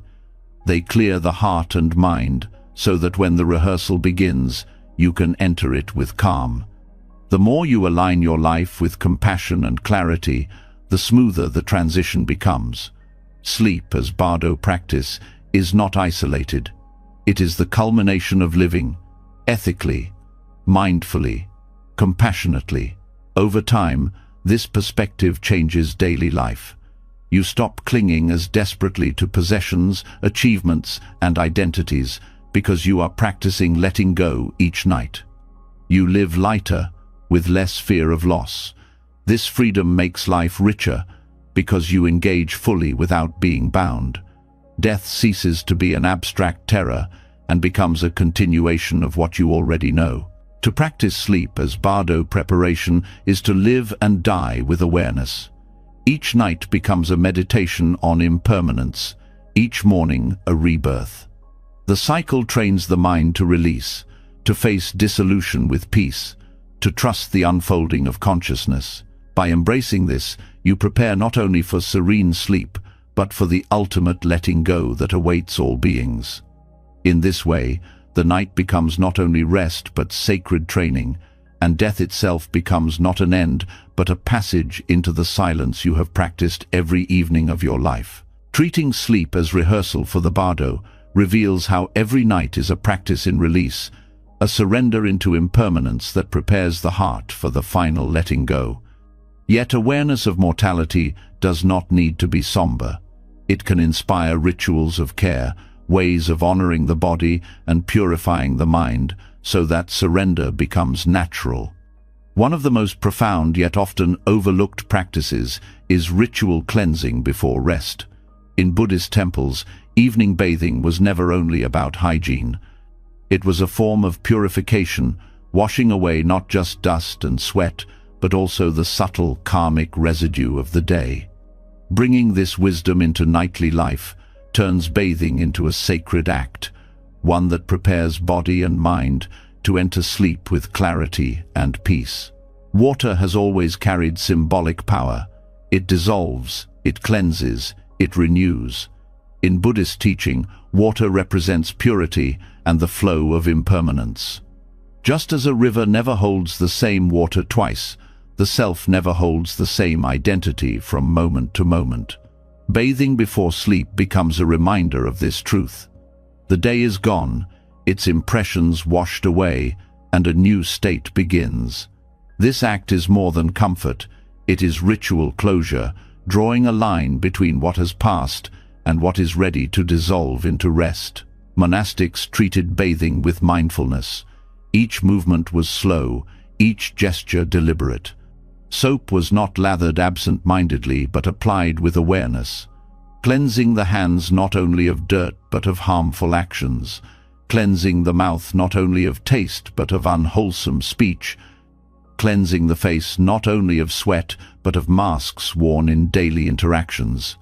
Each part of the body became a focus for reflection, releasing both physical residue and karmic impressions. By the time the ritual was complete, the practitioner felt not only clean but renewed, ready to enter the silence of night without burden. In daily life, this ritual can be adapted without complexity. As water touches the skin, you bring intention. I release the residue of the day. I release anger, worry, and harm. The warmth softens muscles, the coolness awakens clarity. The flow itself becomes a meditation on impermanence. Instead of rushing through bathing, you linger with awareness. Each drop of water is seen as a teacher, reminding you that nothing clings forever. This deliberate practice aligns the body with the mind, ensuring both are prepared for rest. There is also a psychological effect. The body associates bathing with renewal. When practiced consistently, the ritual becomes a signal, telling the nervous system it is time to transition from activity to stillness. This is why many temples scheduled bathing in the evening. It marked the end of service, the beginning of silence. For lay practitioners, the same rhythm can apply. Cleansing the body becomes a cue for the mind, easing the transition into sleep. Beyond the physical, ritual bathing touches the emotional. The day leaves impressions not only on the skin but on the heart. Words exchanged, tasks left unfinished, emotions stirred, these cling like unseen dust. To bathe with awareness is to symbolically wash them away. With each rinse, you release resentment. With each breath of steam, you release guilt. With each drop sliding off your skin, you release tension. The act itself becomes forgiveness, a way of not carrying the day's burdens into the night. The practice can be expanded with visualizations. As water flows, picture it carrying away negative energy, dissolving patterns of clinging, cleansing karmic residue. Some traditions used herbs or flowers in water, not only for fragrance but for symbolic purification. Even without such additions, the intention itself is powerful. The mind believes what it enacts. By treating bathing as purification, you convince the subconscious that release is real and rest becomes deeper. Ritual bathing also connects you to humility. To cleanse the body is to acknowledge its fragility. The skin that gathers dust, the muscles that grow weary, the breath that fogs the mirror, all remind you of impermanence. Yet instead of rejecting this, you embrace it. Bathing becomes gratitude for the body's service and compassion for its limits. This humility prepares the heart for surrender, replacing resistance with acceptance. In temples, communal baths often created a sense of shared purification. Practitioners entered together, each respecting the silence, each honoring the same ritual. This collective act strengthened discipline and harmony. At home, bathing may be solitary, but the intention can still extend outward. As you cleanse, you can reflect, "May all beings release their burdens. May all find purification." Compassion woven into ritual transforms it from private act to universal offering. Dreams, too, can be influenced by this practice. When the body is cleansed and the heart feels released, the subconscious reflects that lightness. Nightmares lessen, clarity increases, and rest feels safer. Water is associated with clarity of mind, and bathing with intention can plant that clarity into the dream state. Just as monks sought to prepare the mind for meditation through ritual, you prepare the mind for peaceful dreams through bathing. The karmic aspect of ritual bathing is profound. Each day accumulates actions, some wholesome, some harmful. While karmic results unfold in larger cycles, the mind carries the weight of these impressions nightly. Bathing with intention is not erasure, but cleansing of immediate residue. It is a karmic reset, ensuring that the night begins with a lighter heart. Over time, this nightly cleansing influences behavior itself. Knowing you will reflect each evening, you become more mindful during the day, less willing to accumulate residue you will later need to wash away. There is also joy in reclaiming the sacredness of the ordinary. Most people bathe out of necessity, half distracted, rushing to the next task. To slow down and treat it as ritual elevates it. The ordinary becomes extraordinary. This shift is at the heart of Buddhist practice, turning daily acts into opportunities for mindfulness and compassion. By transforming bathing, you transform not only your nights but your view of life itself. Practical suggestions can help anchor the practice. Choose to bathe without screens or distractions. Use simple words of release as water touches each part of the body. May harmful speech be cleansed. May restless thoughts be washed away. May fatigue dissolve.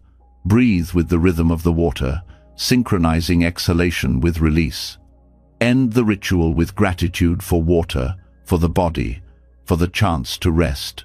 These small steps turn bathing into meditation, purifying body and mind together. Over time, ritual bathing before sleep reshapes the quality of nights. You no longer carry the grime of the day into dreams. You enter rest with clarity, with lightness, with peace. The act becomes more than hygiene. It becomes a spiritual offering, a way of honoring the body and cleansing the heart. In this way, water teaches you nightly what the Dharma teaches always. Release is possible, purity is within reach, and every ending is preparation for renewal. Bathing with mindfulness washes away not only the dust of the body, but also the weight of the day, leaving you lighter and more open to rest. Yet there are nights when even cleansing rituals cannot silence the mind. Thoughts flicker endlessly, refusing to fade into stillness. This is where another ancient practice offers guidance: the candle meditation.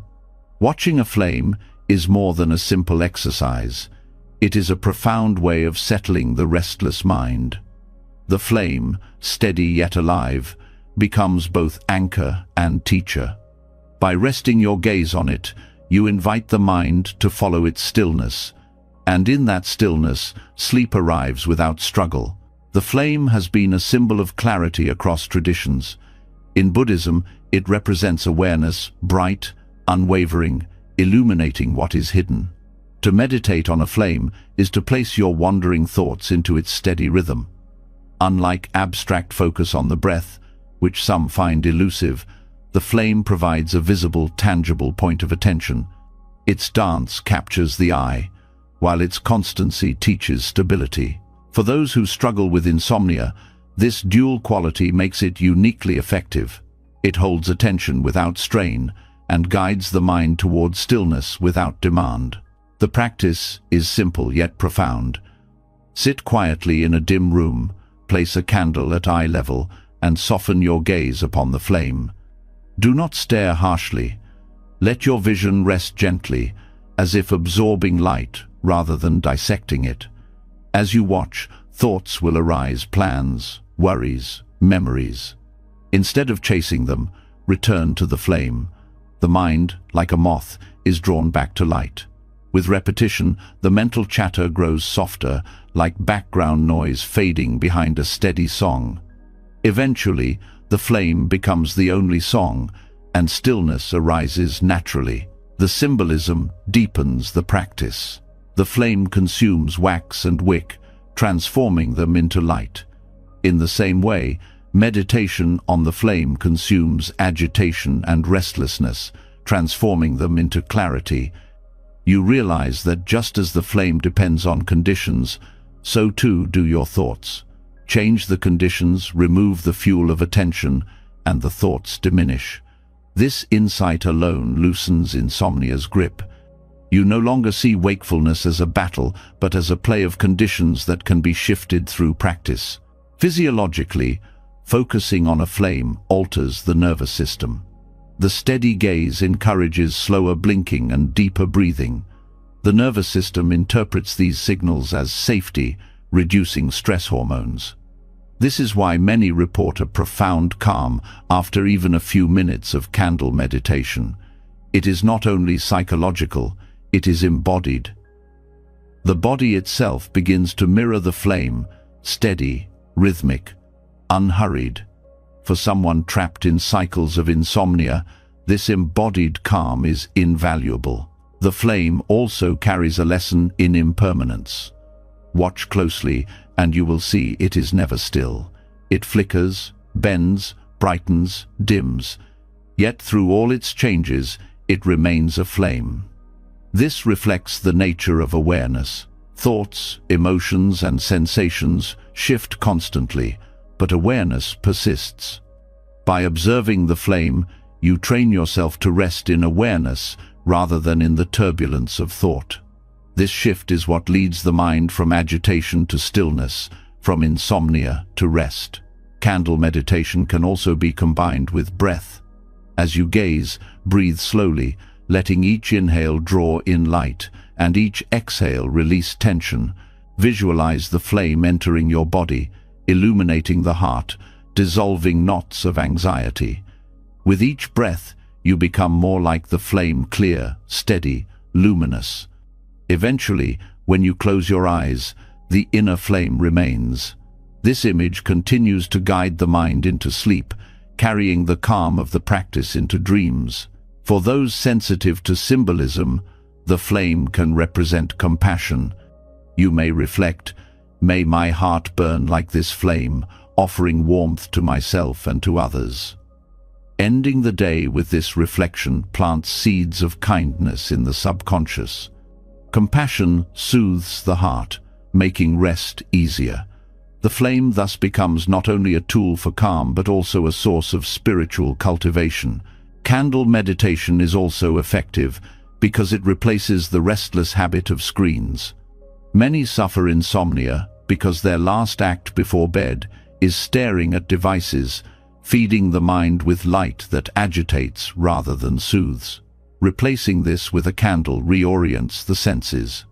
Instead of harsh shifting images, the eye rests on natural flame. Instead of stimulation, you receive stillness. This small change has profound effects, turning the pre-sleep ritual into nourishment rather than disruption. There is a discipline in this practice. At first, the mind resists. It wants to wander, to grasp at thoughts, to reject simplicity. But with patience, the flame wins. Not by force, but by constancy. This patience mirrors the discipline of monastics who used flame gazing as a path to concentration. For lay practitioners, it does not need to lead to deep meditation states. It is enough that it quiets the mind and opens the door to rest.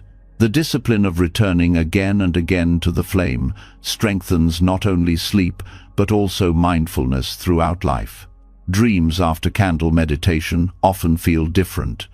The mind, calmed and cleansed, produces dreams with more coherence, less agitation. Some even report dreams of light, of clarity, of peace. Whether or not such dreams occur, the residue upon waking is lighter. You rise not groggy but refreshed, as if the flame burned away the heaviness of the night. This reflects the karmic principle. What you plant before sleep shapes what arises within it. Planting calm through the flame yields calm in return. Over time, candle meditation can transform insomnia entirely. Instead of dreading the night, you begin to welcome it as an opportunity to sit with the flame. Sleep ceases to be a demand and becomes a natural consequence of practice. Even if rest does not come immediately, the night feels purposeful. You are not trapped in frustration, but engaged in meditation. This reframing alone eases much of the suffering tied to sleeplessness. The practice can be expanded. After some minutes of gazing, you may close your eyes and visualize the flame at the heart, glowing steadily. You carry this image into sleep, letting it burn quietly as you drift. This visualization is protective, guarding against nightmares, guiding the subconscious toward clarity. The inner flame becomes a companion through the night, reminding you of stillness even in dreams. Ultimately, candle meditation is a return to simplicity. A single flame, steady in the dark, has the power to quiet the storm of the mind. It requires no complexity, no tools beyond awareness, no effort beyond returning. In its light, insomnia loses its grip and rest flows naturally. The flame teaches patience, impermanence, compassion, and stillness, all while guiding you gently into sleep. In honoring this practice, you rediscover what has always been true. Peace is not hidden but present, waiting to be seen in the simplest of things. The flame teaches calm by drawing the mind into focus, its gentle steadiness, dissolving restlessness, and preparing the heart for surrender. But even when the mind quiets, the environment you rest in holds enormous influence. What surrounds your body in the night communicates directly to the subconscious, shaping how deeply you release and how safe you feel to let go. This is why Buddhist monasteries place so much importance on simplicity in bedding and environment. The monk's bed is not luxurious or cluttered. It is stripped down to essentials, carrying an atmosphere of order and serenity. In its plainness lies its power, because simplicity clears the subtle burdens that noise, clutter, and excess impose on the sleeping mind.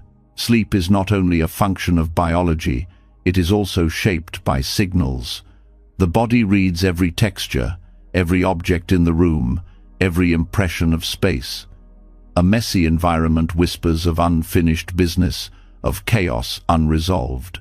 Ornate surroundings often spark attachment and desire, pulling the mind into restlessness.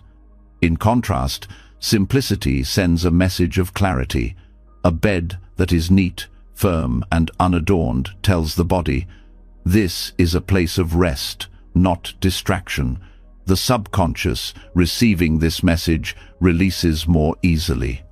Monastic practice embraces this principle deeply. A monk's bed often consists of a thin mattress or mat, a plain sheet, and a simple blanket. The surrounding space is uncluttered, with few possessions. This austerity is not deprivation, but training. It teaches that comfort does not require excess, that rest arises not from abundance, but from alignment. For the monk, the bed is not an indulgence, but a tool of practice, a place where body and mind release into simplicity. In daily life, you can adopt this principle without replicating monastic austerity. The essence is not hardness, but clarity. Ask, does your bedding invite rest, or does it stimulate attachment? Piles of pillows, tangled sheets, overly ornate decor, all of these may seem comforting, but often stir subconscious agitation. Simplifying your sleep environment to the essentials, a supportive mattress, clean sheets, a single or few pillows reduces these subtle disturbances. The environment becomes like the mind of meditation, clear, stable, uncluttered. Simplicity also affects how you meet the morning. A messy bed carries forward into the day, whispering of disorder. A simple, neatly arranged bed supports discipline. This is why many monastics make their beds with precision, treating the act as part of practice. To rise and leave behind order is to carry clarity into the day. To end the day with order is to invite serenity into the night. The rhythm becomes cyclical.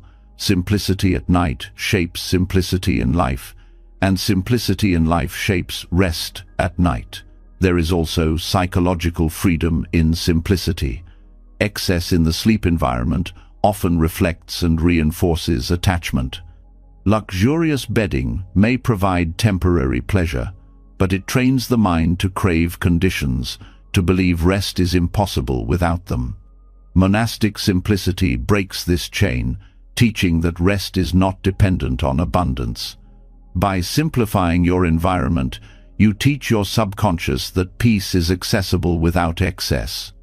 This reduces craving and strengthens resilience, making rest more reliable. The monk's bed also symbolizes impermanence. It is not designed to hold attachments. It is designed to support the body as it rests and then dissolves into the next day.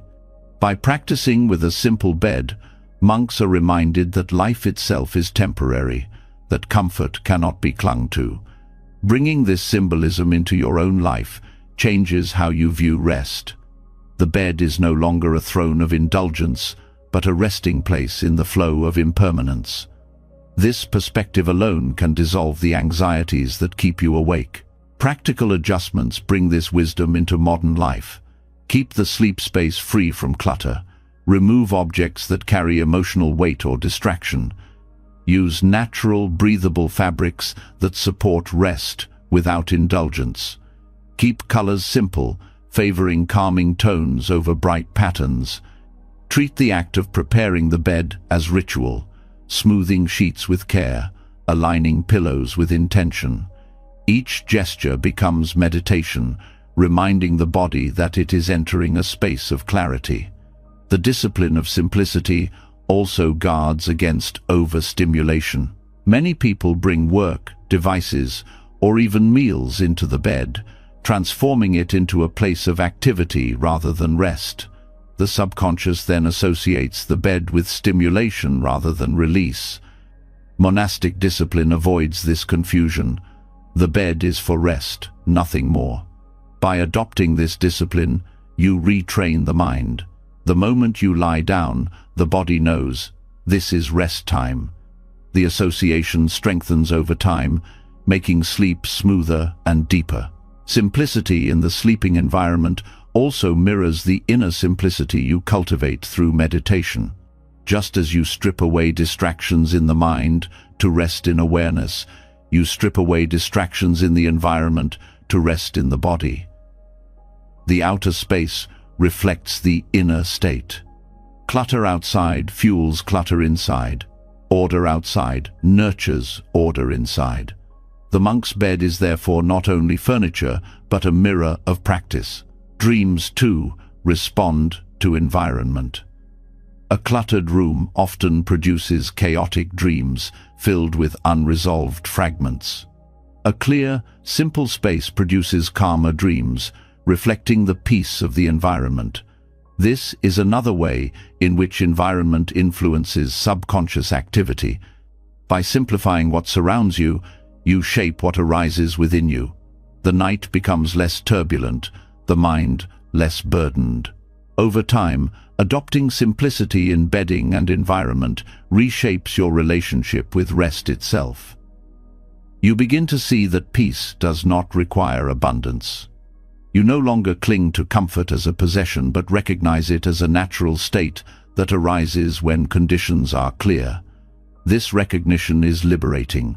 It reduces anxiety, increases resilience, and deepens rest. It is a lesson carried into all of life. The less you cling, the lighter you live. The monk's bed, in its quiet austerity, teaches serenity through absence. Absence of clutter, absence of indulgence, absence of distraction. Yet in that absence is fullness, fullness of clarity, of peace, of rest. To simplify your own sleeping environment is to honor this wisdom. It is to create a sanctuary not built on excess but on essence. In that sanctuary, the mind rests as naturally as the body, and sleep becomes not struggle but surrender. Simplicity in the bed and environment clears the ground for serenity, removing the clutter that unsettles the subconscious. Yet even when the space is uncluttered, the way the body is placed in rest matters deeply. The posture you take is not only physical but symbolic. It shapes breath, circulation, and the tone of the mind. Buddhist tradition teaches that the body is never neutral. It influences thought, emotion, and energy flow. This is why monks were instructed to sleep in particular ways, with the lion's posture being the most renowned. Such sacred postures were seen not merely as healthy alignments, but as practices in themselves, supporting calmness, mindfulness, and even the cultivation of dreamless, restorative rest. The lion's posture, described in early Buddhist texts, involves lying on the right side with the right hand supporting the head, the left hand resting along the body, and the legs slightly bent. The Buddha himself was said to have lain this way in his final passing into nirvana. This association gave the posture profound spiritual weight, linking it to dignity, composure, and mindfulness even in the face of death. By adopting it nightly, practitioners align not only with physical well-being, but with a tradition of mindful surrender. From a physiological perspective, the posture has clear benefits. Lying on the right side aids digestion, reduces strain on the heart, and supports optimal circulation during rest. The slight bend in the legs prevents stiffness, while the hand supporting the head keeps the body in a dignified yet relaxed alignment. Unlike sprawling or twisted positions, which strain joints or compress the breath, the lion's posture balances comfort with alertness. It allows the body to rest while keeping the mind steady, reducing the likelihood of chaotic dreams. But the posture's significance goes beyond biology. It embodies mindfulness. By choosing to place the body intentionally rather than collapsing into random positions, you begin rest with awareness. The posture becomes a gesture of respect toward the body, toward the night, toward life itself. This intention carries into the mind, shaping the quality of rest. Sleep entered mindfully in this way tends to be lighter, more restorative, and less troubled by agitation. Dreamless rest, often considered the deepest form of sleep, is supported by such postures. While dreams can carry teachings, they also reflect subconscious turbulence. Too many dreams can leave the mind fatigued, as if it has not truly rested. By aligning the body in a posture associated with dignity and calm, you create conditions for deeper stillness. The body does not fight itself, the breath flows smoothly, and the mind is less likely to generate restless imagery. The lion's posture thus becomes a gateway to the kind of sleep that heals both body and mind. Other traditional postures also carry wisdom. Lying flat on the back, though not emphasized in Buddhist texts, has been associated with openness and surrender, yet it often produces vulnerability or snoring. Lying on the stomach is discouraged, as it compresses the breath and stirs agitation. The left side may strain the heart or liver, though it can aid certain digestive issues. Among these, the right side posture with mindfulness remains the most balanced, both in symbolism and in health. Beyond the lion's posture, Buddhism emphasizes stability in how the body is placed at rest. The bed should be arranged neatly, the posture aligned, and the mind settled. Each gesture matters. Carelessness in posture mirrors carelessness in mind. By practicing deliberate placement, you cultivate discipline even in unconscious states. The posture becomes a continuation of meditation, extending mindfulness into sleep. There is also a karmic dimension. The body reflects intention, and intention shapes karma. To rest in the lion's posture is to align yourself with mindfulness and dignity, planting seeds of calm in the subconscious.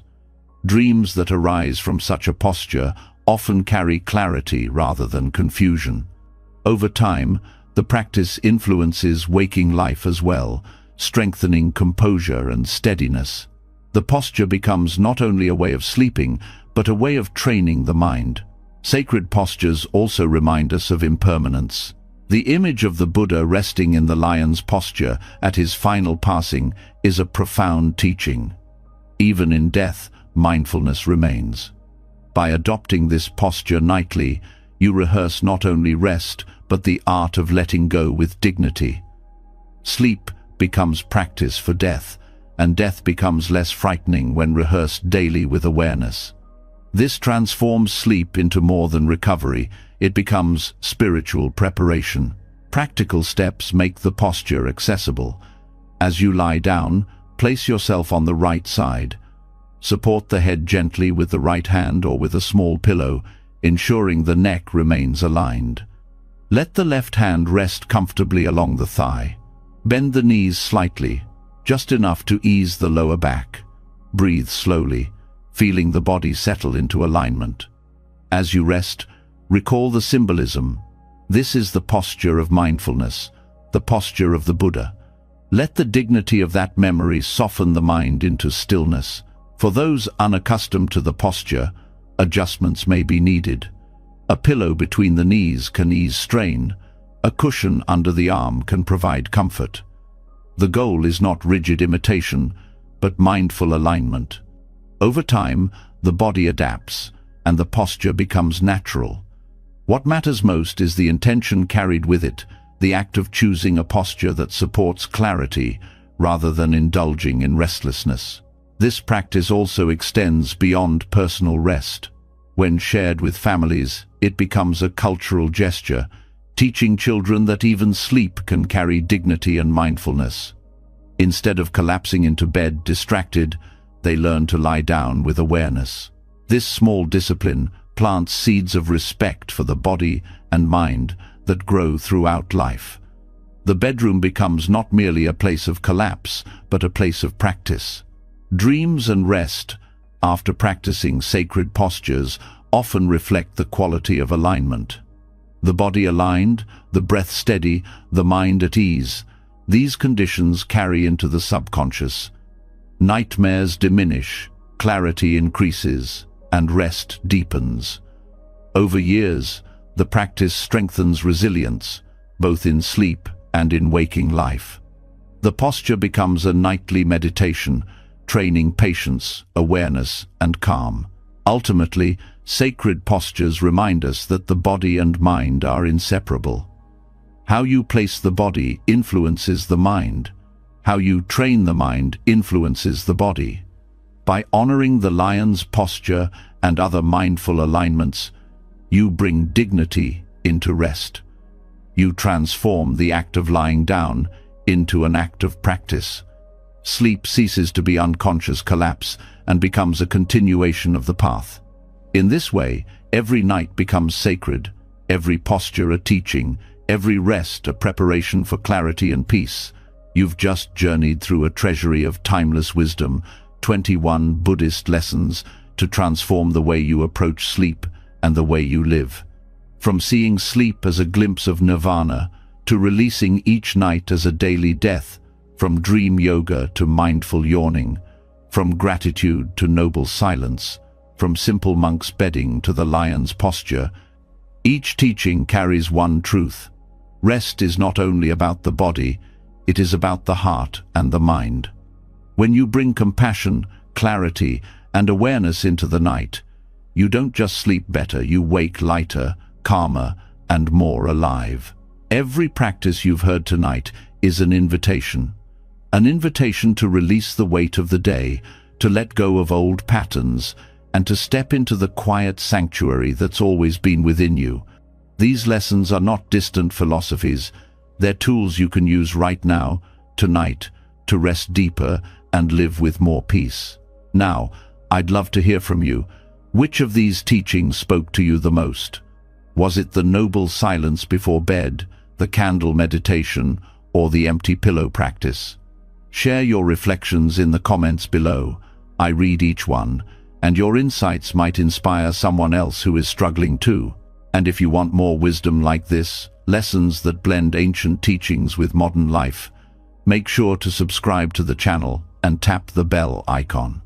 That way, you won't miss the next journey into the art of living with clarity, compassion, and joy.